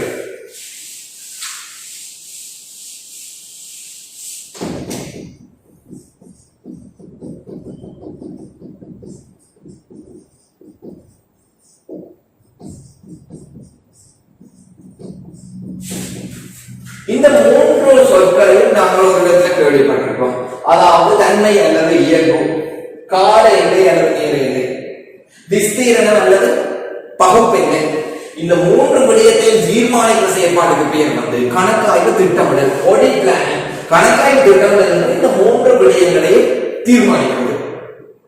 இந்த மூன்று விடயங்கள் எது என்பதை பார்க்கணும். நேச்சர், நாங்கள் என்ன வகையான கணக்காய்வு சோதனைகளை மேற்கொள்ள இருக்கிறோம், என்ன வகையான என்ன நோக்கத்திலான. ஆகவே இது வந்து சோதனைகளின் வகையை சொல்லும். கணக்காய்வு சோதனைகளின் வகை, நோக்கம், இப்படியான விடயங்களை சொல்லும். டைமிங் அப்படின்னு சொல்றது எங்களுடைய கணக்காய்வு நாங்கள் எந்த காலப்பகுதியில் செய்ய போகிறோம், எவ்வளவு காலத்துக்கு செய்ய போகிறோம். ஆகவே இது வந்து கால ஒதுக்கீடு. எக்ஸ்டெண்ட் என்று சொல்றது 100% செக் பண்ண போறோமா, 50% செக் பண்ண போறோமா, இப்படியான விடயங்கள். அதாவது எந்த அளவு சோதனை,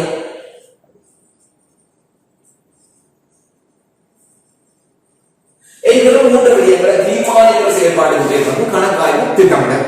இங்க கேட்கிற கேள்வி இந்த மூன்று விடயங்கள் தொடர்பான சரியான விளக்கம். தன்மை என்பது முதலாவது நாங்கள் சொல்லிடுறோம். சோதனையின் வகை, சோதனையின் நோக்கம். தன்மை என்பது மேற்கொள்ளப்படும் சோதனையின் நோக்கம் மற்றும் வகையினை குறிப்பதுடன் கட்டுப்பாட்டு சோதனைகள் மற்றும் வலுவழிவு சோதனைகளை உள்ளடக்கும். ஓரளவுக்கு ஏற்றுக்கொள்ளக்கூடியதாக இருக்கு. ஏன்னு சொன்னால் இங்க நாங்கள் சொல்லப்பட்ட விடயங்கள் இருக்கு. இந்த தன்மை என்பது கட்டுப்பாட்டு சோதனைகளின் தன்மையையும் குறிக்கும், வலுவழிவு சோதனைகளின் தன்மையும் குறிக்கும். ஆகவே இது ஏற்றுக்கொள்ளக்கூடிய விடையாக இருக்கிறது. இருந்தாலும் இனி விடைகளை நாங்கள் பார்ப்பதற்காக காலம் என்பது முன்மொழிந்த கணக்காய்வு திட்டத்திற்கு அமைய கணக்காய்வு பூர்த்தி செய்ய எடுத்த காலம். இங்க நாங்க இந்த மூன்றையும் எங்க முன்மொழிகிறோம்னா கணக்காய்வு திட்டத்துல இப்பதான் முன்மொழிகிறோம். எடுத்த ஏற்கனவே நாங்கள் எடுக்கல, இனிமேல் எடுக்க போற. ஆகவே எதிர்காலத்துல இனிமேல் கணக்காய்வு செய்ய போது நம்ம எவ்வளவு வார்த்தை எடுக்க போறோம் என்றது கணக்காய்வு திட்டத்திற்கு அமைய எடுத்த காலம் என்றது பிழை. இப்பதான் கணக்காய்வு திட்டத்தையே நாங்க முன்மொழிச்சிருக்கோம். ஆகவே இரண்டாவது படியை இது பொருத்தம் இல்லை. மூன்றாவது படியை பார்க்கமா இருந்தால் அளவு என்பது அளவு அல்லது பரப்பல் விஸ்தீர்ணம் என்பது எந்த அளவு சோதனைகளை, அளவு என்பது குறிப்பிட்ட கணக்காய்வு ஒதுக்கப்பட்ட கணக்காய்வு உறுப்பினரின் எண்ணிக்கை எத்தனை பேர் என்றது விடையாளர்களே. அளவு என்பது எத்தனை வீதமான மொத்த கொடுக்கல் வாங்கல் எந்த அளவிலான எத்தனை எண்ணிக்கையிலான ஆவணங்களை நிகழ்வுகளை கொடுக்கல் வாங்கல பரிசோதிக்க போறோம். இங்க சொல்லப்பட்டது உறுப்பினர்களின் எண்ணிக்கை, அது விடையாளர்களே. ஆகவே மூன்றாவது நாங்கள் நிராகரிக்கிறோம். தன்மை என்பது நிறுவன கலாச்சாரம் மற்றும் இடர்களுக்கு அதன் மனப்பாங்கினை குறிக்கும். ஆனா ஏற்கனவே நாங்க பார்க்கிறோம் சோதனை வகை நோக்கங்கள் ரெண்டு இடத்துல தன்மை என்பது வந்திருக்கிறாரு. இந்த ரெண்டுல ஒன்று சரியா இருக்கலாம் அல்லது ரெண்டுமே பிழையா இருக்கலாம். ஏற்கனவே நாங்கள் இது ஏற்றுக்கொள்ளக்கூடியதுன்னு சொல்லியிருக்கோம். ஆனா இதனுடைய கருத்து வந்து ஏற்றுக்கொள்ள முடியாது. ஆகவே இரண்டாவது, மூன்றாவது, நான்காவது தெரிவுகளை நாங்கள் முற்றாக நிராகரித்துக் கொண்டு முதலாவது தெரிவை இந்த விடையை ஏற்றுக்கொள்ள முடியும். ஆகவே வினாவிற்கு 22 சரியான விடையாக முதலாவது தெரிவை நாங்கள் ஏற்றுக்கொள்றோம். தன்மை என்பது மேற்கொள்ளப்படும் சோதனையின் நோக்கம் மற்றும் வகையினை குறிப்பதுடன் கட்டுப்பாட்டு சோதனைகள் மற்றும் வலுவழுத்த சோதனைகளை உள்ளடக்கும். இப்ப நாங்கள் 22வது வினாவை பூர்த்தி செய்திருக்கோம். 23வது வினாவுக்கு செல்லலாம். பின்வருவதற்குள் வளர்மகளின் நம்பகத்தன்மையை மதிப்பீடு செய்வதற்கான மிக பொருத்தமான முறை வளர்மகளுடைய நம்பகத்தன்மை. ஒவ்வொரு செயல்முறையில் நாங்கள் படிச்சிருக்கிறோம்.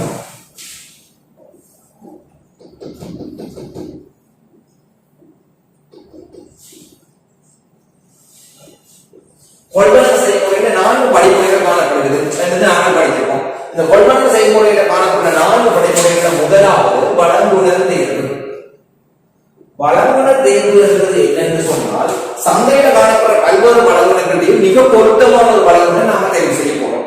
மிக பொருத்தமான என்றவர் யாருன்னு சொன்னால் எங்களுக்கு சிறந்த விலையை தரக்கூடிய, சிறந்த தரமான பொருட்களை தரக்கூடிய, நம்பகமான, நிதிசார் ஸ்திரத்தன்மை உள்ள, சட்ட ரீதியான வணிகத்தை செய்கிற இப்படி பல்வேறு இயல்புகளை கொண்டு ஒருவர் தான் நாங்கள் சிறந்த என்று சொல்ல போறோம், மிக பொருத்தமான சொல்ல போறோம்.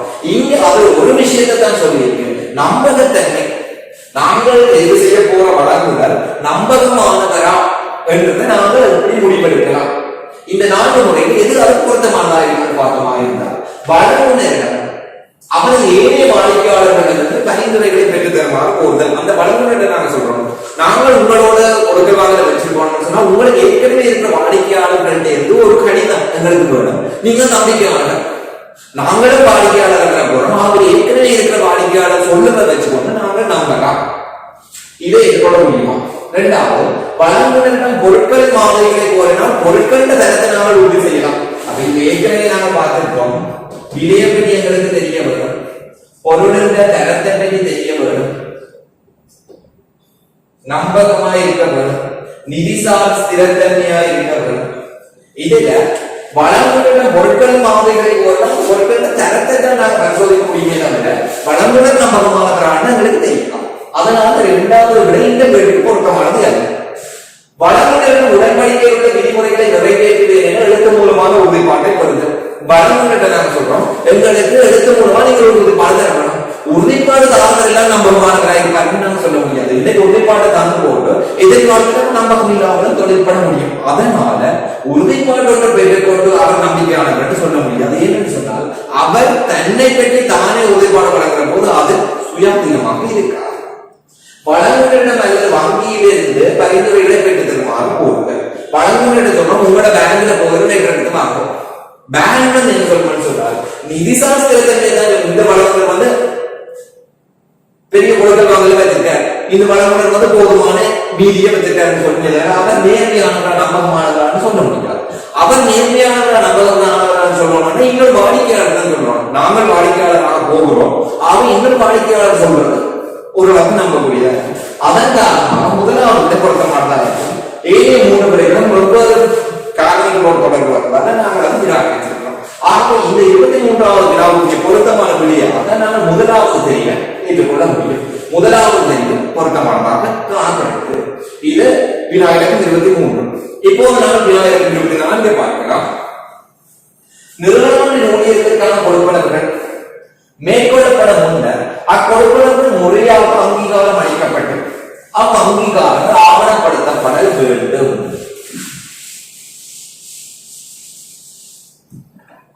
ஊழியர்களுக்கான கொடுப்பனர்கள்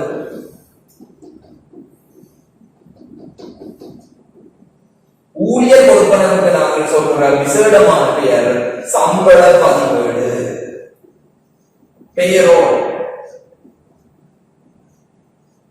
ஆக இந்த விடயம் சம்பளம் தொடர்பான கொடுக்கலாங்கள் நிறுவனங்களின் ஊழியர்களுக்கான கொடுப்பனவு மேற்கொள்ளப்பட முன் அந்த கொடுப்பனவுகள் முறையாக அங்கீகரிக்கப்பட வேண்டும்.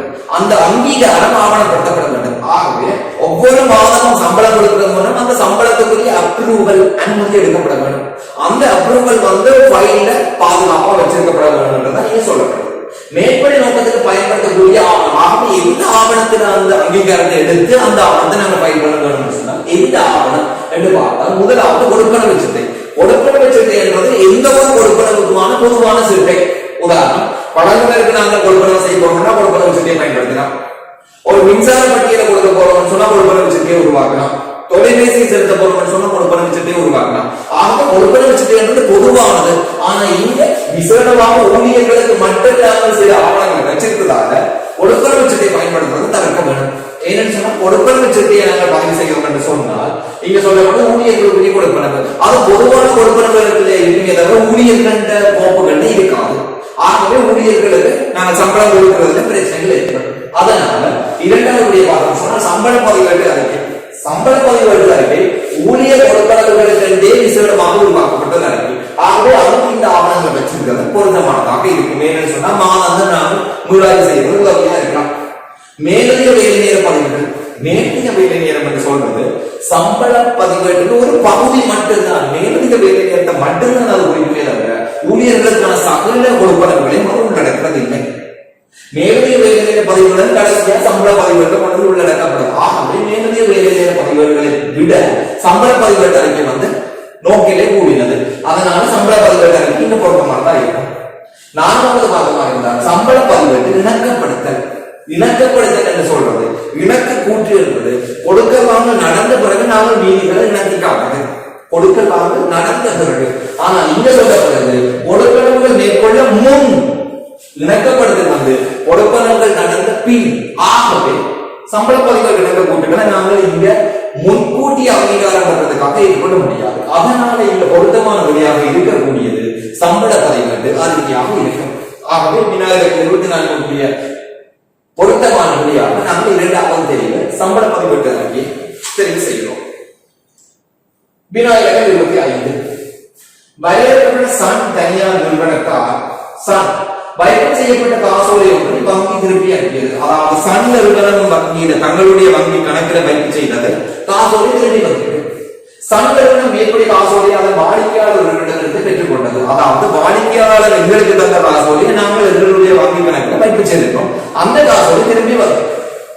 சன் நிறுவனத்தின் கணக்கு உதவியாளர் வங்கி கணக்கு கூட்டை தயாரிக்கும் முறையில் உள்ளார். அப்ப இப்ப கணக்கு உதவியாளர் திரும்பி வந்த காசோலை என்ன செய்ய போகிற பின்வருவதற்கு மேற்படி திருப்பி அனுப்பப்பட்ட காசோலை தொடர்பாக வங்கி கணக்கு கூட்டி தயார் செய்யும் போது மேற்கொள்ளப்பட வேண்டிய மிக பொருத்தமான நடவடிக்கை இது. இப்ப வாடிக்கையாளர் தந்த காசோலை வங்கிக்கு போய் வங்கியிலிருந்து திரும்பி வந்துவிடுது.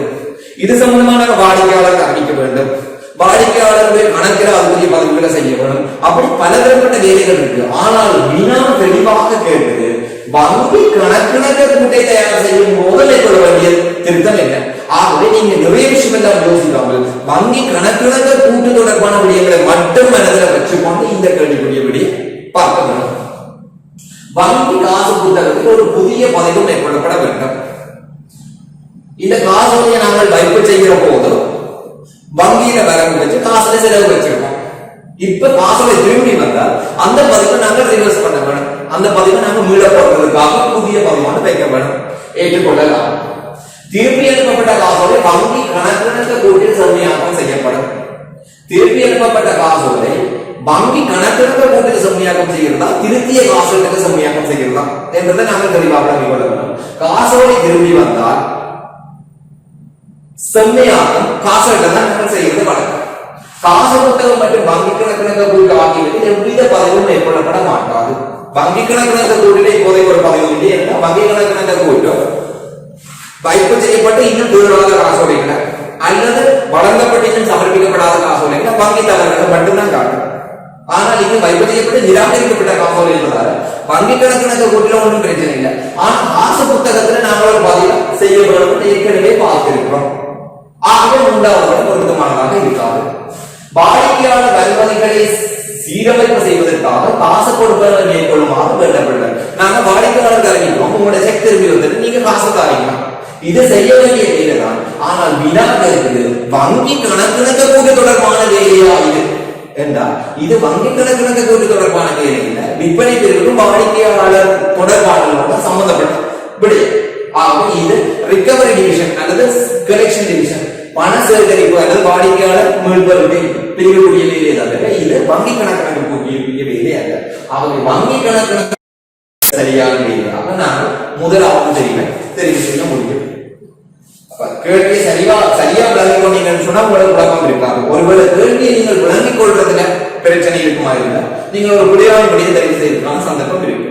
அதனால் ஒவ்வொரு வினாவையும் வாசிக்கிற போது தெளிவாக என்ன சொல்லப்பட்டிருக்கு தேவைப்பட்டால் அந்த வினாவுல முக்கியமான விடயங்களை நீங்கள் அடி போட்டு அதுக்கேற்ற நிறைய விடயங்களை தெரிவு செய்வது பொருத்தமானதாக இருக்கு. ஆகவே மாணவர்களை இதுவரைக்கும் நாங்கள் உங்களுடைய மாதிரி பரீட்சையினுடைய முதல் 25 வினாக்களை கலந்துரையாட இருக்கிறோம்.